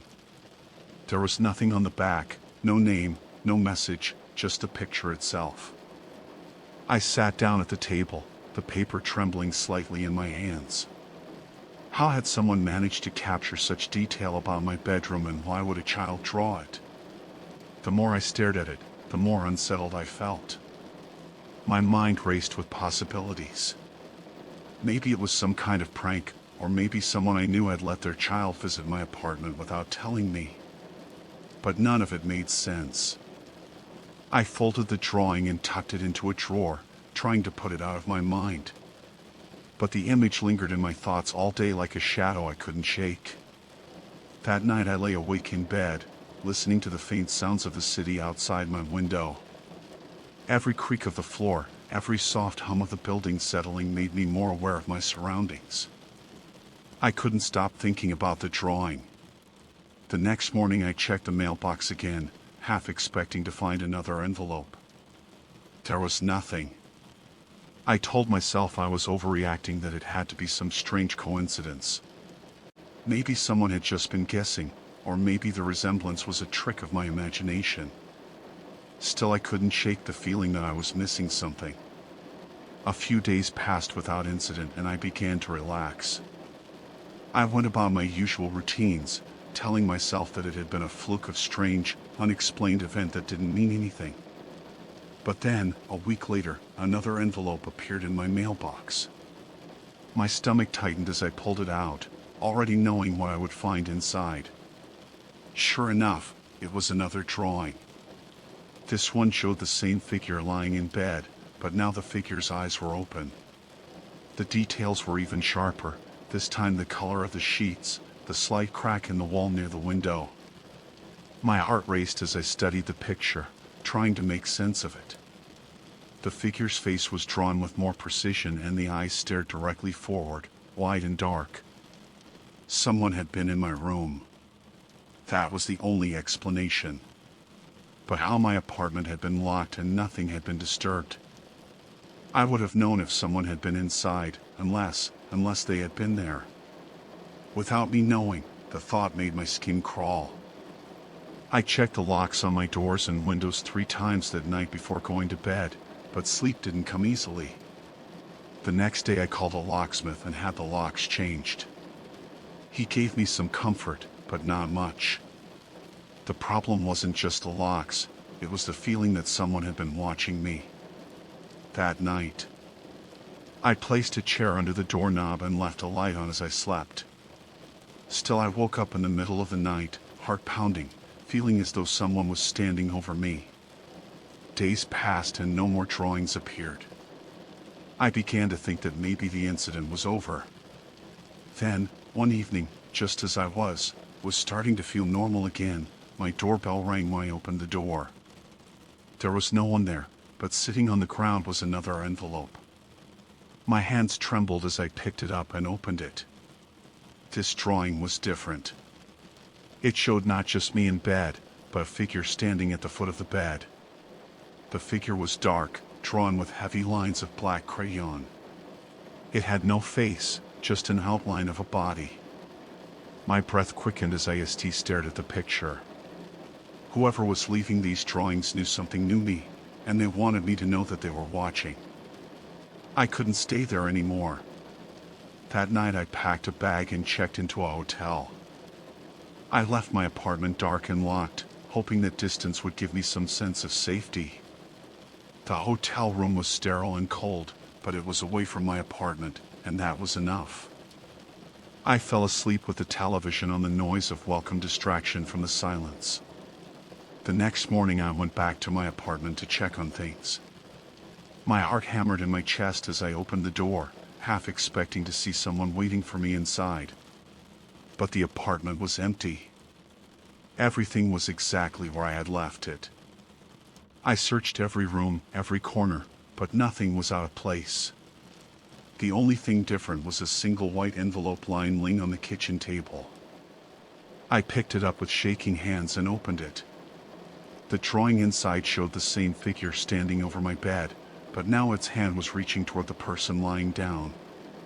My breath hitched in my throat. This wasn't a message, it was a threat. I called the police explaining everything that had happened. They came, took a report and promised to keep an eye on my building, but their expressions told me they didn't believe me. That night I stayed with a friend too afraid to sleep alone. I left the drawings in a box, unsure of what to do with them. Days passed without incident. Slowly I began to convince myself that it was over, that maybe whoever had been watching me had moved on. But then one morning I received a phone call from a blocked number. The child's voice spoke on the other end. "Did you like the pictures?" The line went dead. Before I could respond, my hands were trembling as I lowered the phone. I had no idea how a child could have been involved, and yet the voice was clear, small, and unmistakably young. That night I burned the drawings in the sink. I watched the flames consume the paper, the black lines curling and disappearing under the heat. I wanted to believe that destroying them would put an end to it, but deep down I knew it wasn't that simple. Weeks passed without another drawing. I started to relax again, though I remained cautious. The fear lingered, but I forced myself to move on, and then one day I received another letter. This time it wasn't a drawing, it was a photograph of me sleeping. My heart stopped when I realized that the photo had been taken from inside my bedroom, story 15. It was a quiet morning. When I first noticed it, I had rolled out of bed, still half asleep, and wandered into the kitchen for my usual breakfast. The moment I opened the fridge, I stopped cold. It was completely stocked: milk, eggs, fresh vegetables, deli, meats, and even snacks that I never bought. Everything was neatly arranged as though someone had just organized it. My first thought was that I had forgotten a grocery trip, but I knew that wasn't possible. I hadn't gone shopping in over a week. I stood there for a moment staring at the perfectly arranged shelves. There were brands. I didn't recognize foods I had never tried before. Some of the containers were even open, as if someone had been using them. A carton of orange juice sat half empty on the top shelf. I checked the dates and everything was fresh, purchased recently. My hands began to tremble as the realization sank in someone had been in my home. I closed the fridge slowly and backed away, my mind racing. I checked the locks on the front and back doors, but nothing was out of place.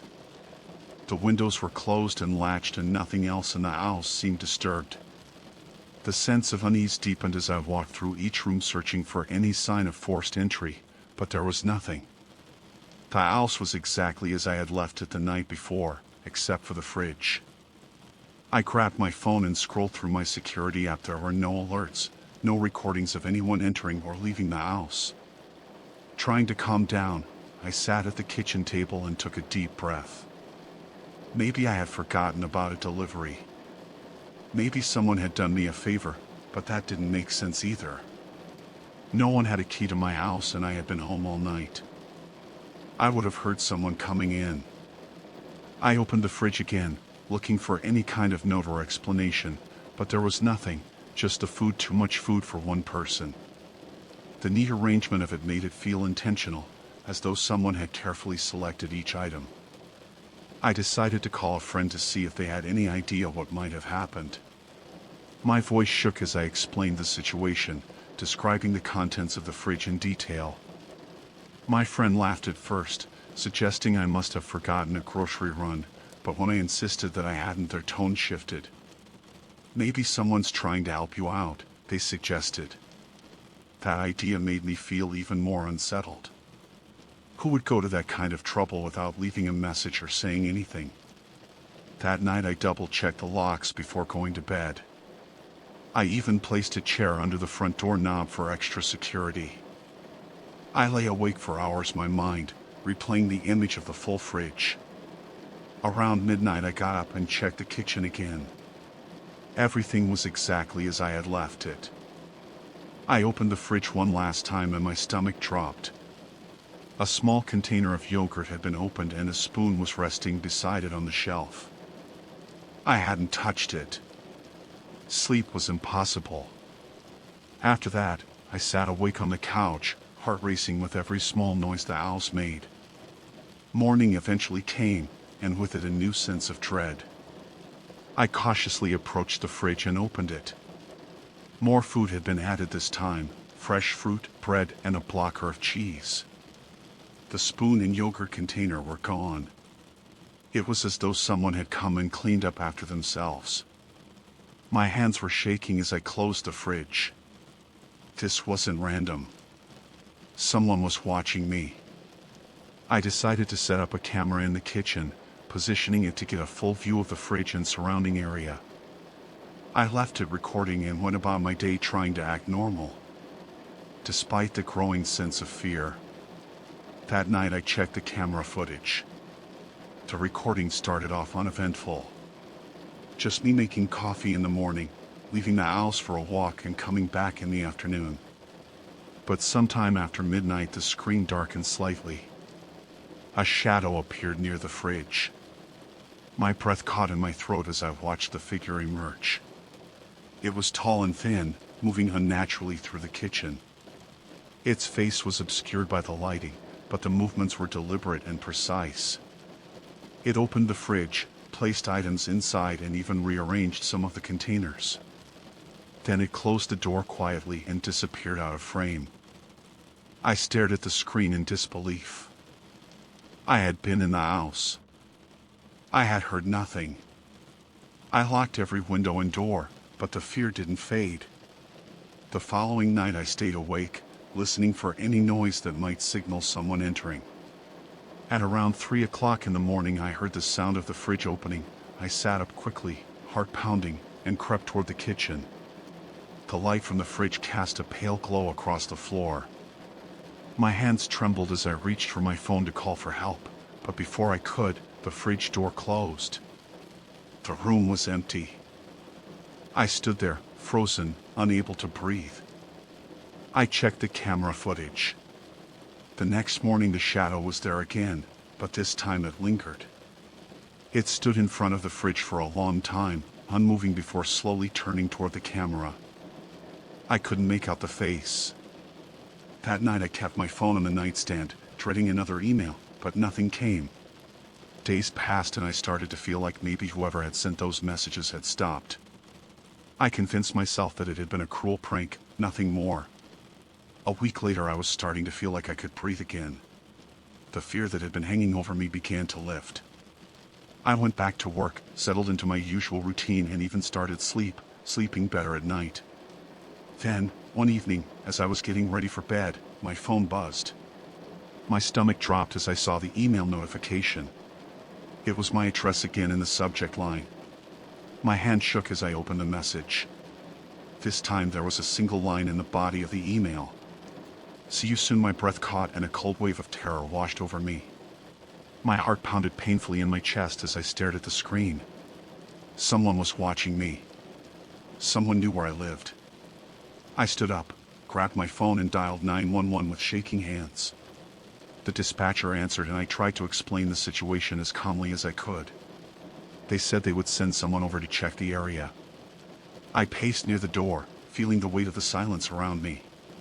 A knock came at the door. A few minutes later, when I checked the people, I saw an officer standing outside. I opened the door and they asked me a few questions.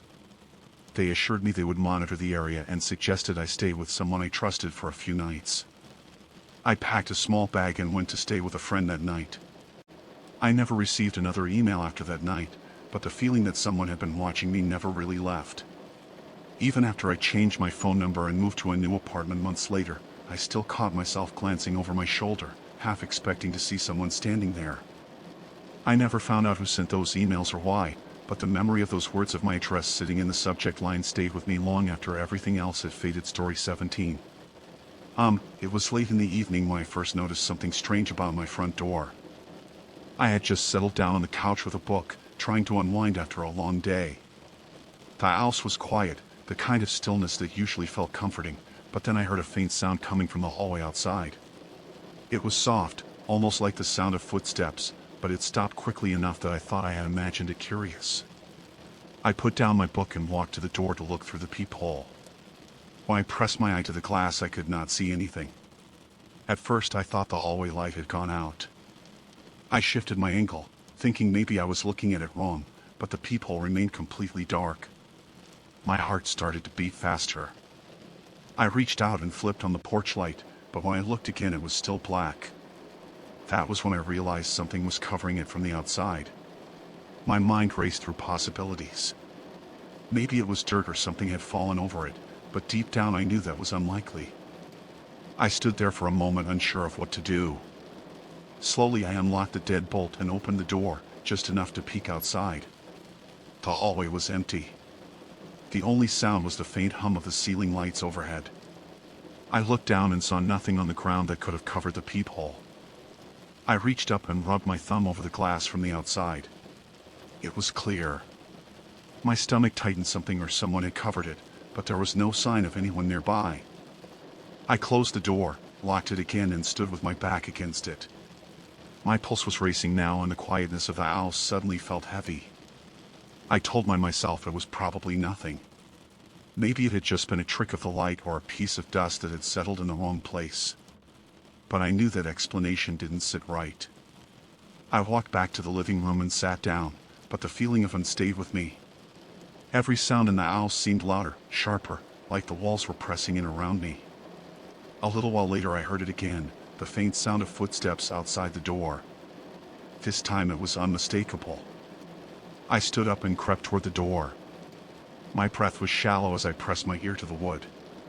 The sound stopped slowly. I lifted my hand to the peephole and looked through it.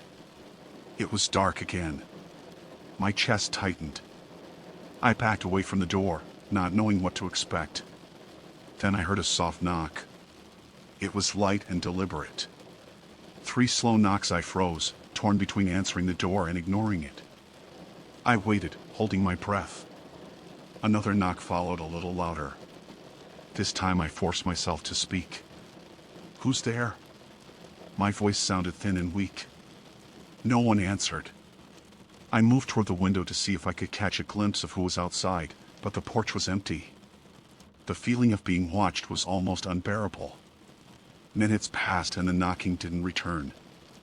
I eventually convinced myself that it was some kind of prank. Maybe a delivery person had gotten the wrong address, or maybe it was just some neighborhood kid playing a joke. But I couldn't shake the feeling that it was something more deliberate than that. I double-checked the locks on the door and windows before heading to bed, but sleep didn't come easily. Every creak of the house made me sit up and listen. The next morning I almost convinced myself that it had all been in my head, but when I walked the front door and looked through the peephole, it was dark again. My heart jumped. I unlocked the door and opened it wide, stepping into the hallway. There was no one there. I bent down and inspected the PF, but there was nothing obstructing it from the outside. I tested it from the inside and the glass was clear when the door was open, but the moment I closed it and tried to look through again, it went dark. I stood there trying to make sense of it. The only way it could be blocked was if something was actively covering it from the outside, but I had seen nothing there. I decided to call maintenance, hoping there was some simple explanation. When the maintenance worker arrived, I explained what was happening. He took a look at the peephole, opening and closing the door. A few times he frowned but couldn't find anything wrong. Seems fine to me, he said. I could tell he thought I was imagining things that night. I made sure to keep all the lights on. I sat on the couch trying to distract myself with television, but the feeling of unease stayed with me. Just after midnight I heard the sound again. The footsteps were faint but deliberate. I stood up slowly and walked toward the door. My heart was racing. I leaned in to look through the peephole and once again it was black. Then the knocking started. 3 slow knocks. I backed away from the door. Fear gripping me. I forced myself to speak. "Who's there?" No answer. The knocking returned louder. This time my hand hovered over the door handle, but I couldn't bring myself to open it. Then, just as suddenly as it had started, the knocking stopped. I stood there for what felt like forever, listening for any sign of movement. Finally, I worked up the courage to open the door. The hallway was empty. I took a step outside and looked both ways. Then I noticed something on the floor. In front of the door was a small envelope. My hands trembled as I picked it up and opened it. Inside was a single piece of paper with the words "I see you" written in neat black handwriting. My chest tightened. I rushed back inside and locked the door. I didn't sleep that night. My mind raced with thoughts about who could have left the note and how they had managed to cover the P without being seen. The next morning I called the building manager and explained what had happened. He agreed to change the locks and install a security camera outside my door. I felt slightly better knowing that there would be an extra layer of protection, but the fear still lingered for the next few nights. Nothing unusual happened. The peephole remained clear and the knocking didn't return. I started to convince myself that it had been some strange coincidence or a prank, but one night, just as I was starting to relax, I heard it again, the footsteps, then the knocking. I froze, my heart pounding. I looked through the peephole, but it was dark again. My hands trembled as I unlocked the door and yanked it open. The hallway was empty, but this time there was no note, no sound of footsteps fading away, just silence. I stood there for a long moment before closing the door and locking it. I sat on the couch trying to steady my breathing. A few minutes later my phone buzzed. It was a notification from the security camera. I opened the app and watched the footage. The screen showed the hallway in dim lighting. I could see myself opening the door and stepping out, but then behind me, just before I closed the door, I saw a dark figure standing at the far end of the hallway. Perfectly still, the figure did not move, but the moment when I closed the door, it slowly turned and walked away. My blood ran cold.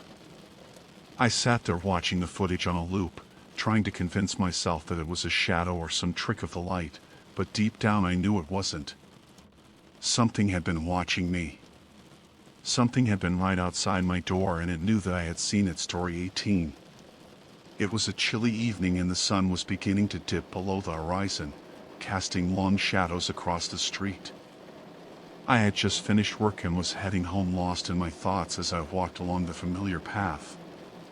The city was alive with noise, car horns, distant chatter, and the rhythmic tapping of shoes on pavement.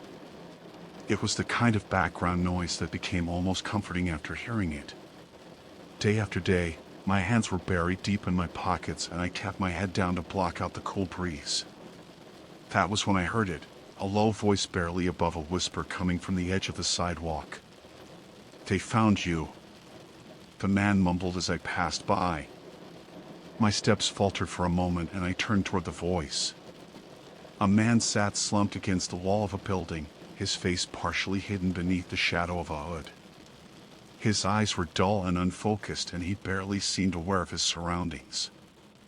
I froze, my heart beginning to race. "What did you say?" I asked, my voice sharper than I intended. The man didn't answer right away. He sat still, almost unnervingly so, and then slowly turned his head toward me. His eyes met mine for a brief moment and I felt an unsettling chill spread through my chest. He gave a faint, tired smile before closing his eyes again, as if he had already forgotten I was there. I stood there for a moment trying to process what I had just heard. "They found you." The words echoed in my mind, stirring a deep sense of unease. Who had found me? And why would this stranger know something like that? My mind raced through possible explanations. Maybe he was talking to someone else, or maybe it was just the rambling of a man lost in his own world. But the way he had said it, calm, certain, it felt intentional. I forced myself to keep walking, but the unease lingered. My eyes darted toward the street, searching the crowd for anything unusual. A woman in a gray coat walked briskly past me, her eyes fixed ahead.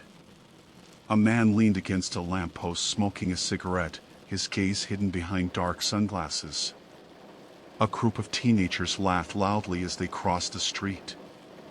Nothing seemed out of the ordinary, but I couldn't shake the feeling that something was wrong. When I reached my apartment building, I hesitated.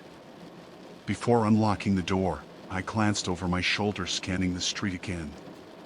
It was empty, except for a single parked car across the road. The headlights were off, but I could feel the faint pressure of someone watching me. My pulse quick as I stepped inside and locked the door behind me. Once inside, I leaned against the door, trying to steady my breath.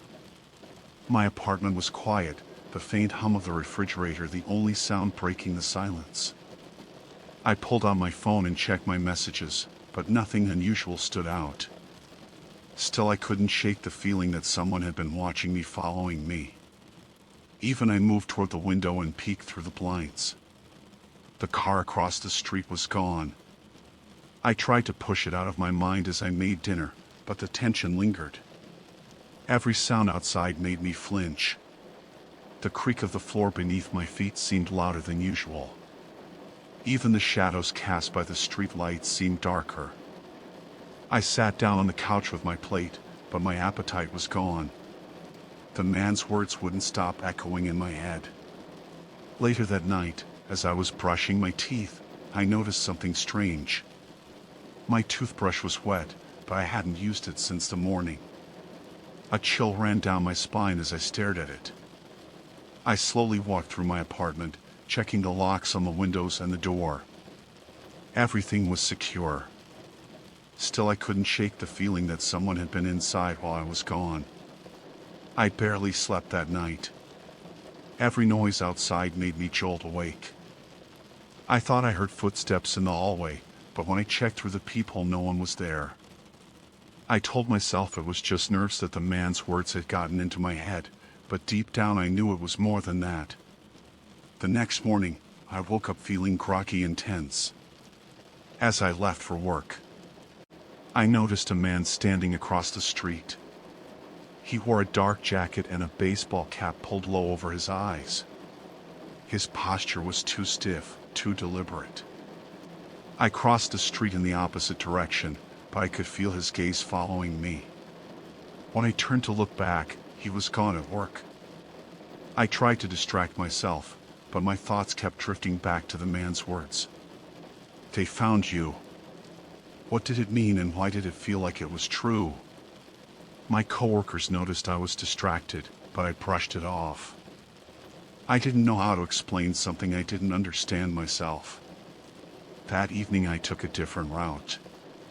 Home I walked through the crowded streets hoping to lose the sense of being watched, but as I passed a shop window, I saw the reflection of the same man in the dark jacket behind me. My breath hitched. I quickened my pace weaving through the crowd, but when I glanced back he was gone. When I got home, I locked the door and double-checked the windows. My phone buzzed with a text from an unknown number. "We know where you are." My stomach dropped. My hand shook as I stared at the message. I wanted to reply to demand answers, but my instincts told me it would only make things worse. Over the next few days, the feeling of being followed intensified. I would catch glimpses of the same man on the street, at the station, even near my office. Sometimes I thought I saw the figures too, a woman in a gray coat, a man with sunglasses, different faces, but the same unsettling presence. It was as though I had unknowingly stepped into a dangerous game without knowing the rules. One night, as I was walking home, I heard footsteps behind me. I turned a corner and broke into a run. My heart pounded in my ears. I ducked into a narrow alleyway and pressed myself against the wall. My breath raged. The shadow passed by the entrance of the alley. My chest tightened as I waited, trying to stay quiet. After a moment, the shadow disappeared. I stood there for a long time, heart racing. When I finally gathered the courage to move, I walked home as quickly as I could. When I arrived, my apartment door was slightly ajar. My blood turned cold. I stepped inside, carefully searching each room. Nothing seemed out of place, but on my kitchen table there was a single photograph. It was a picture of me taken that day. As I walked home, my breath caught in my throat. My hands trembled as I picked up the photo. On the back there were 2 words written in black ink, "Found you, my." My legs felt weak beneath me. I stumbled toward the window and pulled the blinds open across the street. Beneath the glow of the street light stood the man in the dark jacket. He was watching me. A cold wave of fear settled into my chest. The man stood still for a moment longer before turning and walking away into the darkness. I gripped the photograph in my hand. The words burned into my mind. Someone had been watching me, following me, and now they wanted me to know it. I sat down on the floor feeling my heart pound. The man on the street had been right. They had found me, and now I had to figure out why. Story 19. The first time it happened, I barely noticed it. My phone rang once in the middle of the night. Just a quick burst of sound that woke me up but left me too groggy to process it. I checked the time on my phone. It was exactly 3:33 a.m. I frowned, confused, but figured it was some kind of glitch or a wrong number. Since the call hadn't lasted long enough to even register a missed call notification, I brushed it off and went back to sleep. But the next night it happened again, and at exactly the same time. That second night the sound startled me awake. My phone screen lit up for a brief moment before going dark again. When I checked the time, it was 3:33 a.m. My heart started to beat faster as I sat up in bed. It was strange for it to happen twice at the exact same time. I checked my call history, but there was nothing there. No record of a call, no missed notification. I tried to convince myself it was some kind of malfunction, maybe an issue with the network. I turned my phone off before going back to sleep, hoping that would fix it. On the third night I woke up seconds before it happened, as if my body already knew what to expect. The phone rang once. A sharp, clear tone that made me jump. I grabbed the phone immediately, but the screen was blank. No sign kind of a call. My hands were shaking as I stared at the time. It was exactly 3:33 a.m. I felt a chill creep through my body. It was no longer a coincidence. Something was happening, but I had no idea what or why. I checked the settings on my phone, but nothing was unusual. There were no alarms set, no string japes running in the background. Everything appeared normal, but it clearly wasn't. The fourth night I stayed awake waiting. I sat in bed holding my phone, watching the minutes tick by. My room was silent, except for the low hum of the fan. When the clock hit 3:33 a.m., my phone vibrated once and let out that single ring. My heart pounded as I picked up the phone, but again there was nothing on the screen. No call, no message, nothing. My breath was shaky as I sat there in the dark, feeling the weight of the silence settle around me. I started to feel like I was being watched, like someone or something new. I was awake and was waiting for my reaction. By the fifth night I was exhausted.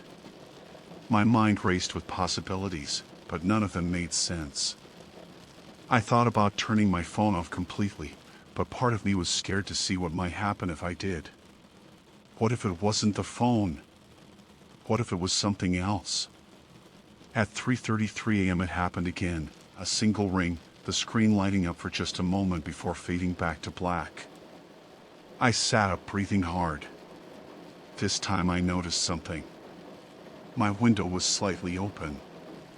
I was certain it had been closed before I went to bed. My heart raced as I got up to check it. There was no sign of forced entry, but the latch was undone. I locked the window and sat back down, trying to calm myself. I considered calling someone, but what would I even say?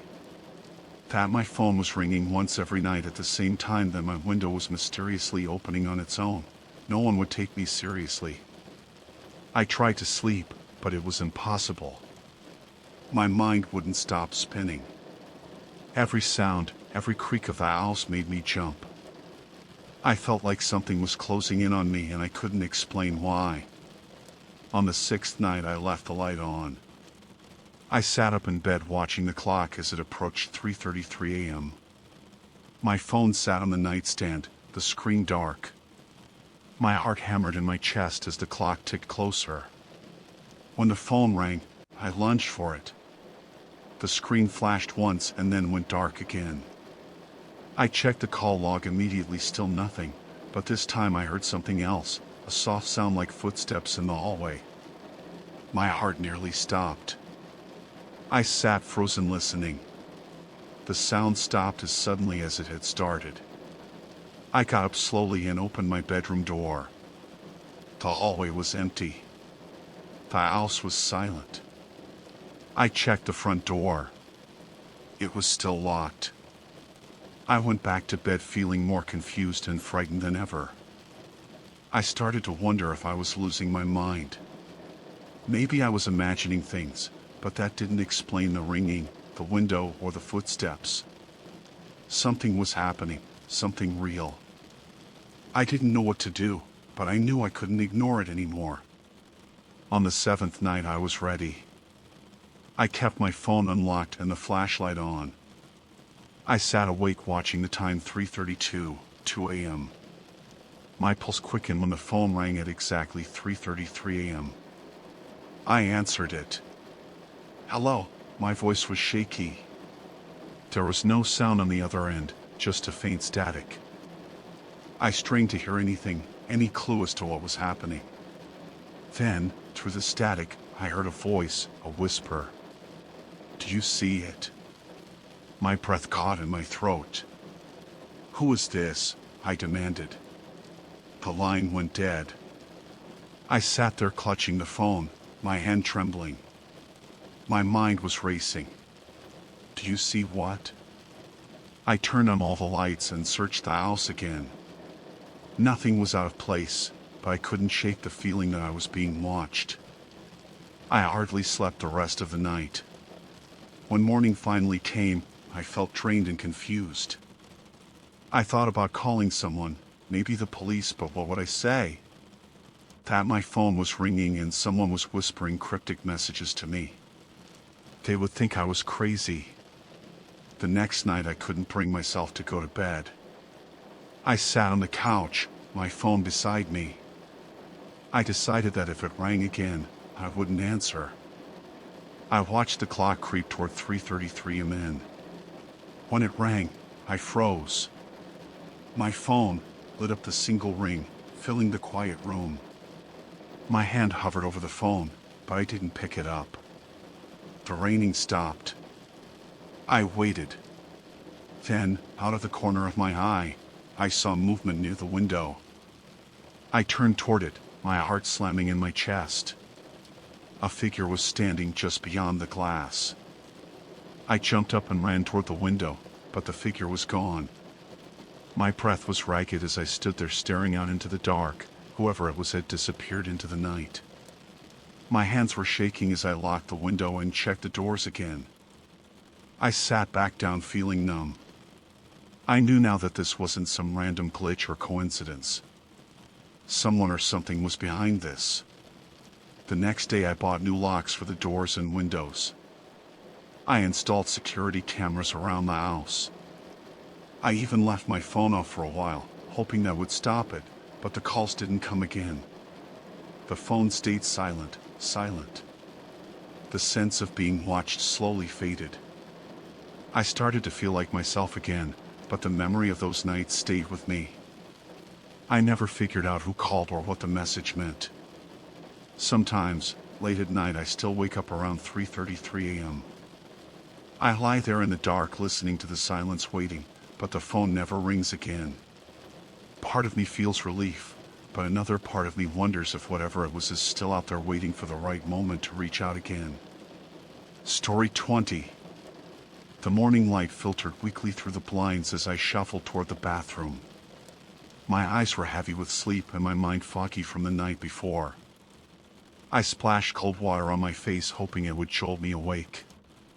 As I reached for a towel, my eyes caught the reflection in the bathroom mirror. The door behind me was open.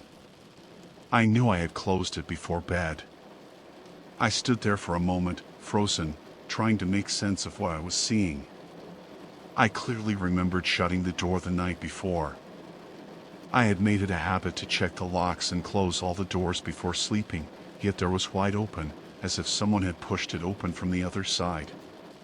My heart began a race as I slowly turned around to face the open door. The hallway beyond the bathroom was empty. I stepped toward the door and peered down the hall. Everything was quiet, too quiet. My apartment was small, so there weren't many places for someone to hide.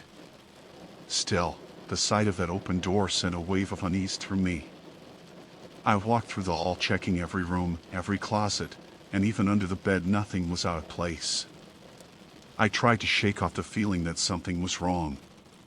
Maybe I had been tired and forgot to close it properly. It seemed like a logical explanation, but something about it didn't sit right. I decided to brush it off and get ready for the day. But even as I dressed, the image of the open door lingered in my mind. At work, I couldn't shake the feeling that something was off. My coworkers went about their day as usual, laughing and talking, but I felt distracted. I kept picturing that door open in the mirror, wondering how it had happened. My mind wandered back to the small noises I sometimes heard at night, creaking floorboards, faint tapping sounds. But I had always convinced myself it was just the apartment settling. Now I wasn't so sure. When I got home that evening, I immediately checked the bathroom door. It was closed, just as I had left it. Still, the uneasy feeling hadn't left me. I made dinner and tried to watch some television to distract myself, but my thoughts kept drifting back to the morning. Was it possible that someone had been in my apartment while I was asleep, or was I imagining things? That night I double-checked every lock and closed the bathroom door before heading to bed. I lay awake for what felt like hours, listening for any sound that might explain what had happened. The apartment was silent, except for the occasional creak of the walls. Eventually I drifted into a restless sleep in the morning. I hesitated before going into the bathroom. My heart raced as I pushed the door open, half expecting to find it open again. It was closed. Relief washed over me as I turned on the faucet, but just as I was about to leave, I glanced at the mirror. The door behind me was open. My stomach dropped. I spun around and stared at the open doorway. My breathing quickened as I stepped into the hall. I checked the front door. It was locked. All the windows were closed. My mind raced with explanations, but none of them made sense. How was the door opening on its own? I called in maintenance later that day asking if there had been any issues with the locks or the hinges. They told me everything was fine and that nothing unusual had been reported in the building. I felt foolish for even mentioning it. Still, I couldn't shake the feeling that something was wrong. That night I stayed up late sitting on the couch with the bathroom door in view. I watched it waiting for something to happen. Hours passed and nothing changed. Finally, exhausted, I stumbled to bed.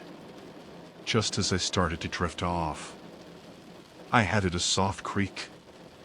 My eyes shot open. I sat up and strained to listen. Then I heard it again, the quiet sound of a door slowly opening. I grabbed my phone and turned on the flashlight. My hand shook as I walked toward the bathroom. The door was wide open. My heart hammered in my chest as I stood there listening for any sound beyond the door. There was nothing, just silence. I checked the locks again and sat awake for the rest of the night, unable to sleep. The next day at work I could barely concentrate. My coworkers noticed I was distracted, but I didn't want to tell them what was happening. I wasn't even sure what was happening myself. That night I decided to place a chair in front of the bathroom door before going to bed. If it moved, I would know for sure that something or someone was opening it. I lay awake staring at the ceiling waiting. Hours passed and I started to drift off. Suddenly a sharp sound jolted me awake, a scraping noise. I sat up and looked toward the bathroom. The chair was pushed to the side and the door was open. My chest tightened, my phone lay on the nightstand and I reached for it, my hands trembling. I dialed 911. The operator's voice was calm as I explained what had happened. They told me to stay on the line and that an officer was on the way. I sat on the edge of my bed, my eyes fixed on the open doorway. The seconds dragged on as I waited for help to arrive. When the officer arrived, they searched the apartment thoroughly. There were no signs of forced entry, no damage to the locks or windows. They assured me the building was secure and suggested that maybe the door's hinges were loose. I could tell they didn't believe me. I wasn't sure if I believed myself anymore. After they left, I sat on the floor staring at the open door. I thought about sleeping at a hotel or staying with a friend, but something in me needed to know what was happening. I couldn't leave without answers. I moved the chair back in front of the door and stayed awake waiting sometime after midnight. I heard the creaking sound again. My heart pounded as I watched the door slowly open. The chair scraped against the floor as it slid to the side. I turned on the light and stepped toward the door. My reflection in the mirror was pale and wide-eyed. That was when I saw a faint outline in the mirror standing behind me. I spun around, but nothing was there. My reflection was the only thing, looking back at me. I backed away from the mirror, my pulse racing. I sat down on the bed trying to steady my breathing. The door remained open. I watched it until sunrise. After that night I refused to sleep in my apartment. I stayed with a friend for a few days. While I tried to figure out what to do next, maintenance checked the apartment again and insisted there was nothing wrong with the door or the hinges. But I knew what I had seen. I knew I wasn't imagining it. I moved out a week later. I didn't tell anyone the full story. They wouldn't have believed me anyway. Even now I sometimes think about that apartment and the open door. I wonder what would have happened if I had stayed. I still avoid looking too closely at my reflection in the mirror. Some things are better left unknown. Story 21. I sat down at my desk, scrolling through emails when a coworker approached me with a puzzled look. They didn't immediately say anything but stood there for a moment looking at me in a way that felt slightly off. Finally, they spoke up. "Hey, why didn't you pick up my call last night?" They asked, their voice light but laced with confusion. I blinked at them, unable to answer right away what call I asked, my mind racing. I hadn't received any calls, not that I could remember. My phone hadn't buzzed once in the evening, and I was certain I hadn't seen anything about missed calls. They shrugged, clearly unsure. "I tried calling around 8 o'clock last night, but it went straight to voicemail. I thought something might have happened." I felt a lump form in my throat as I reached for my phone, still sitting on my desk. I opened the call log, hoping to show them that there was nothing there. No missed calls. To my surprise, it was empty, completely blank. No incoming calls, no missed calls, nothing from last night at all.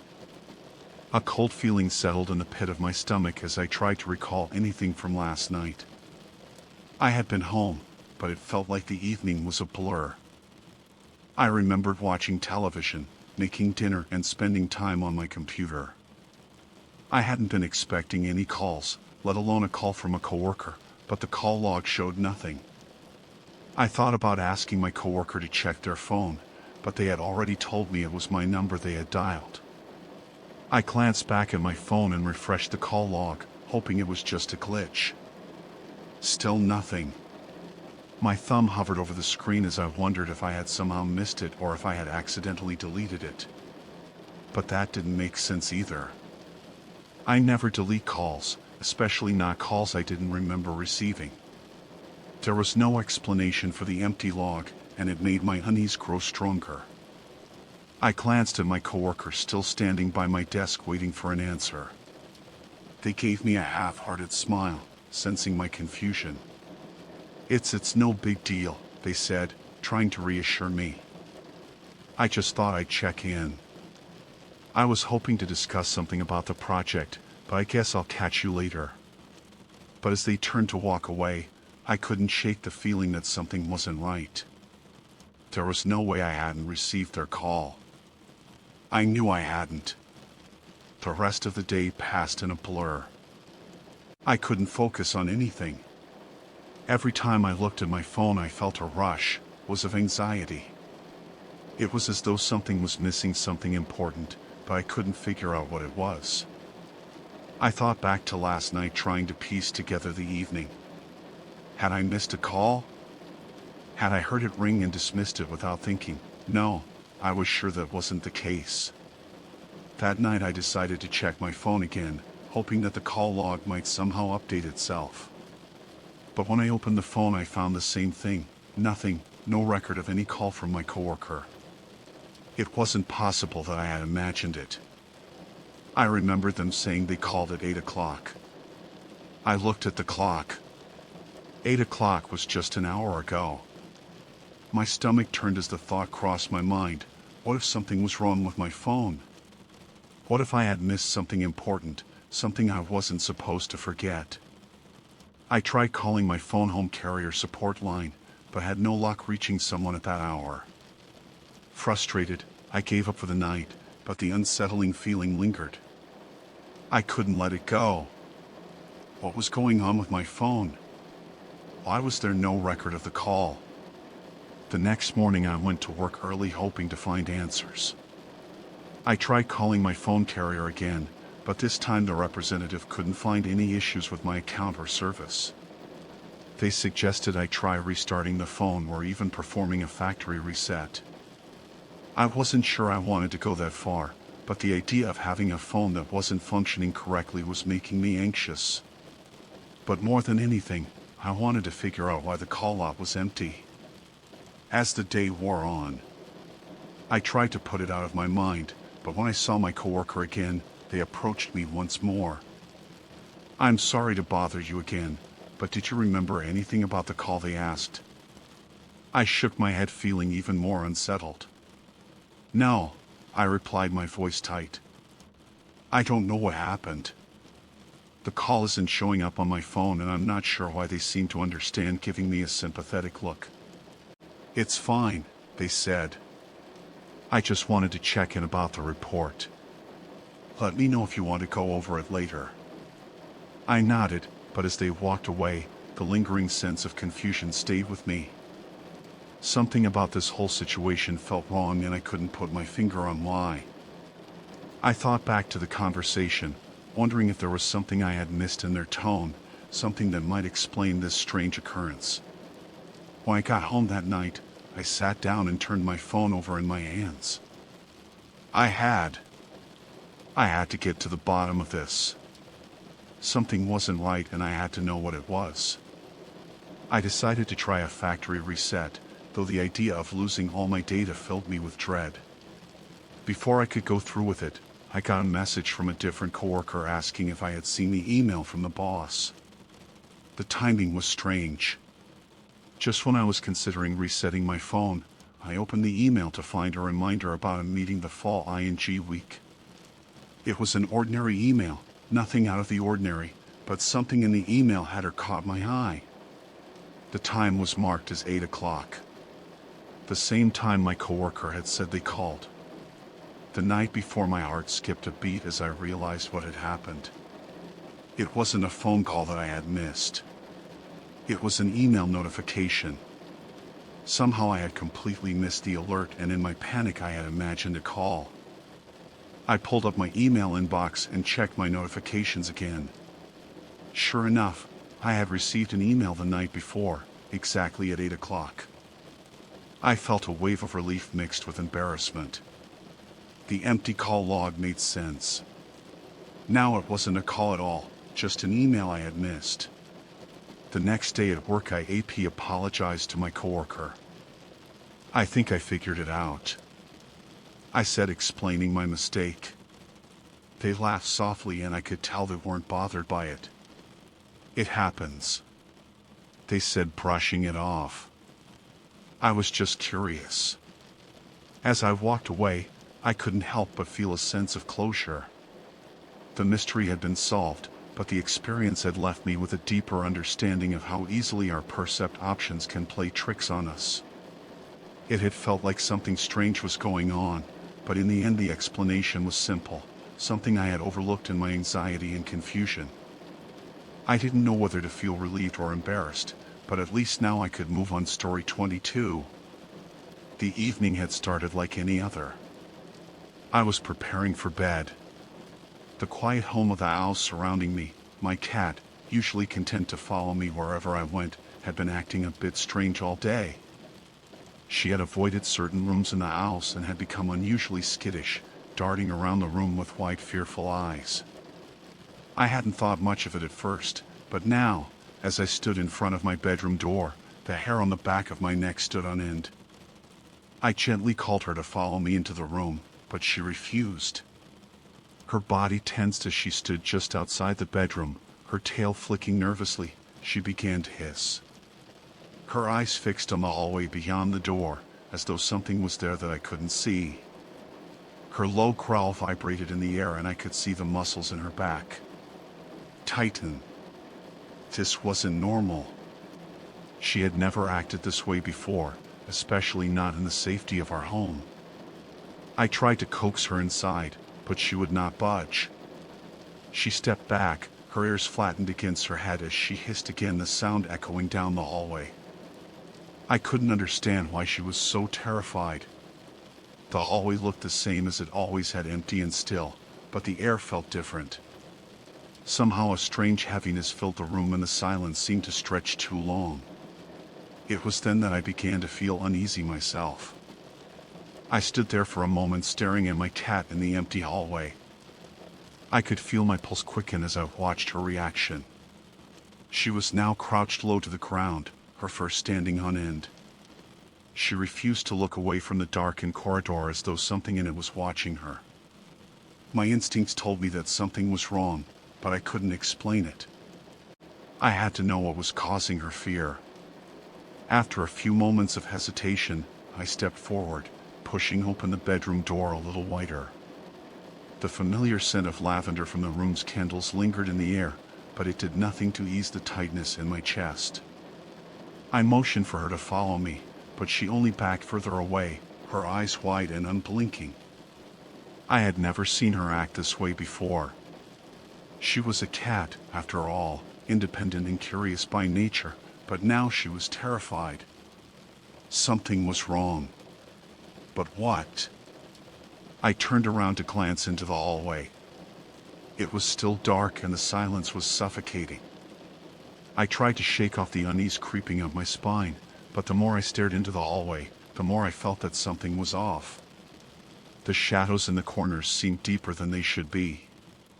The house was old, but it had always felt safe, cozy even. But now, with my cat so afraid, the atmosphere in the hallway felt suffocating, as if something was lurking just beyond my sight. Watching and waiting, I bent down to pick up my cat, thinking I could comfort her and take her inside the bedroom. She was shaking her body rigid in my arms as I carried her toward the door, but as we neared the threshold, she began to squirm violently, meowing and hissing as though something were pulling her back.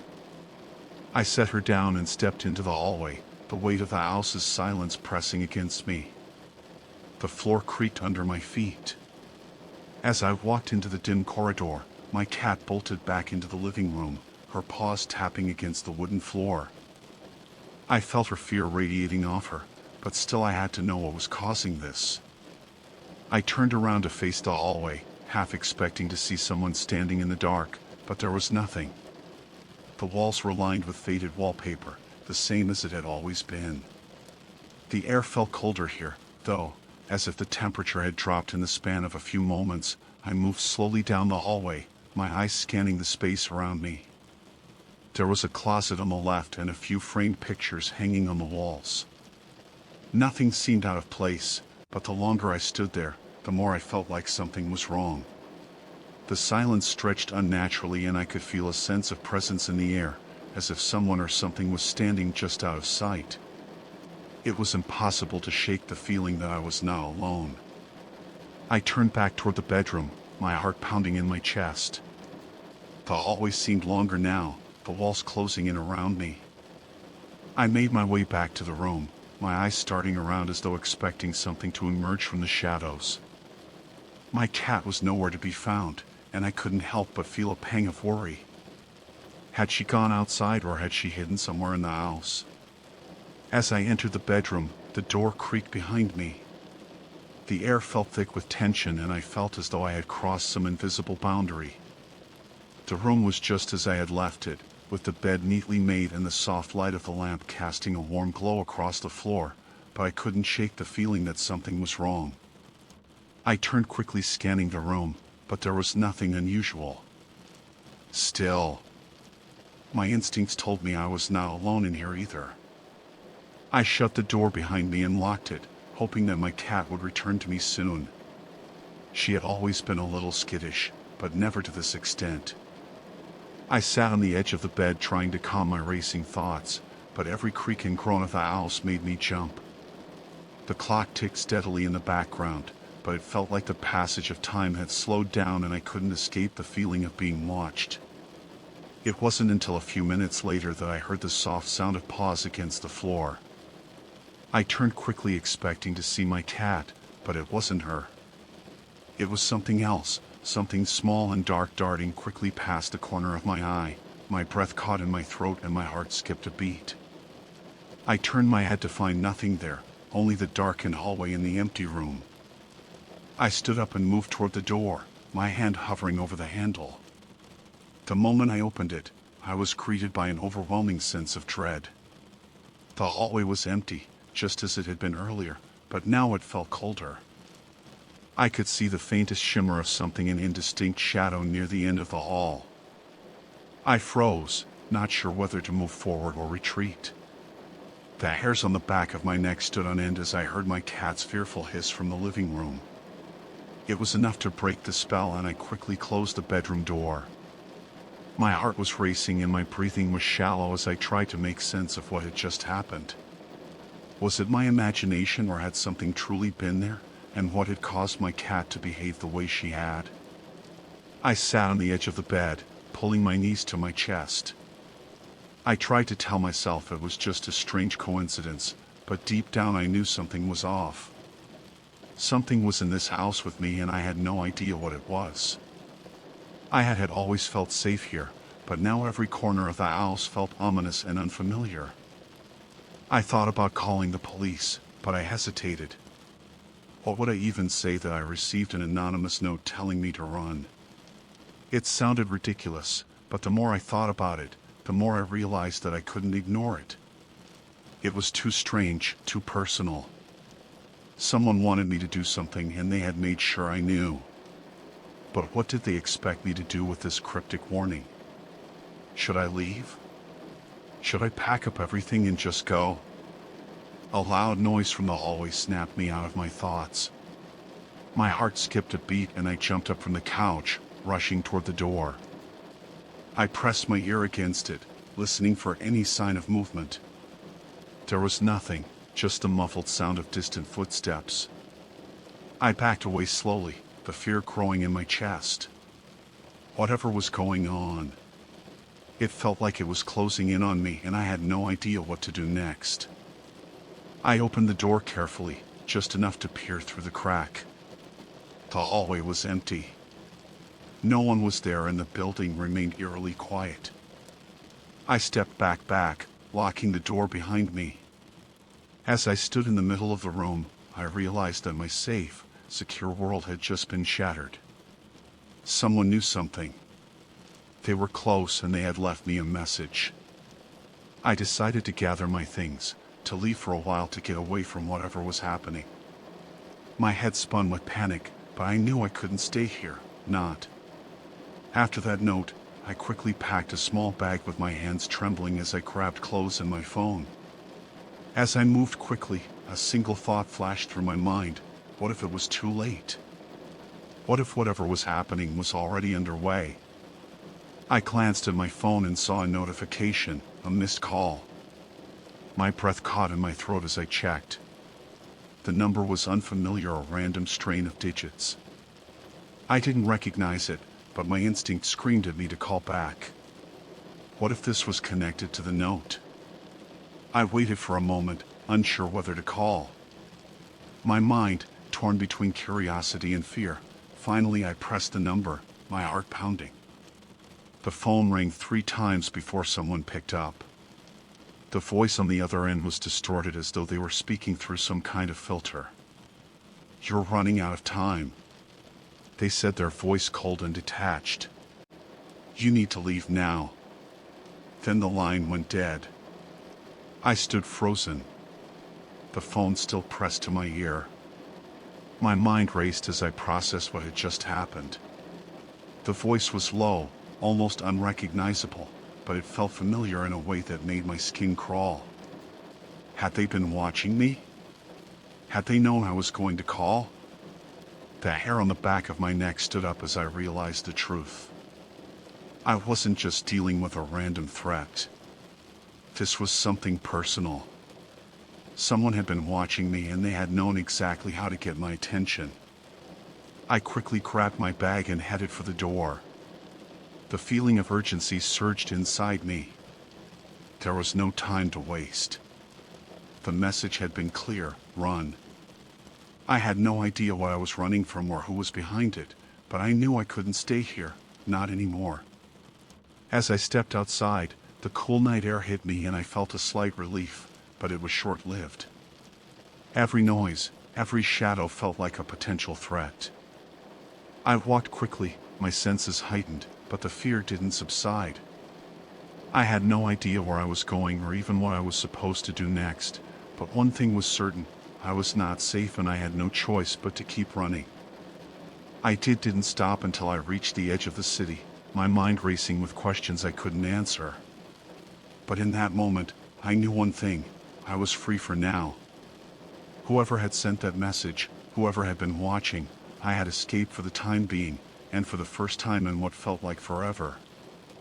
I took a deep breath and allowed myself to believe that maybe, just maybe, I could outrun whatever was coming for me,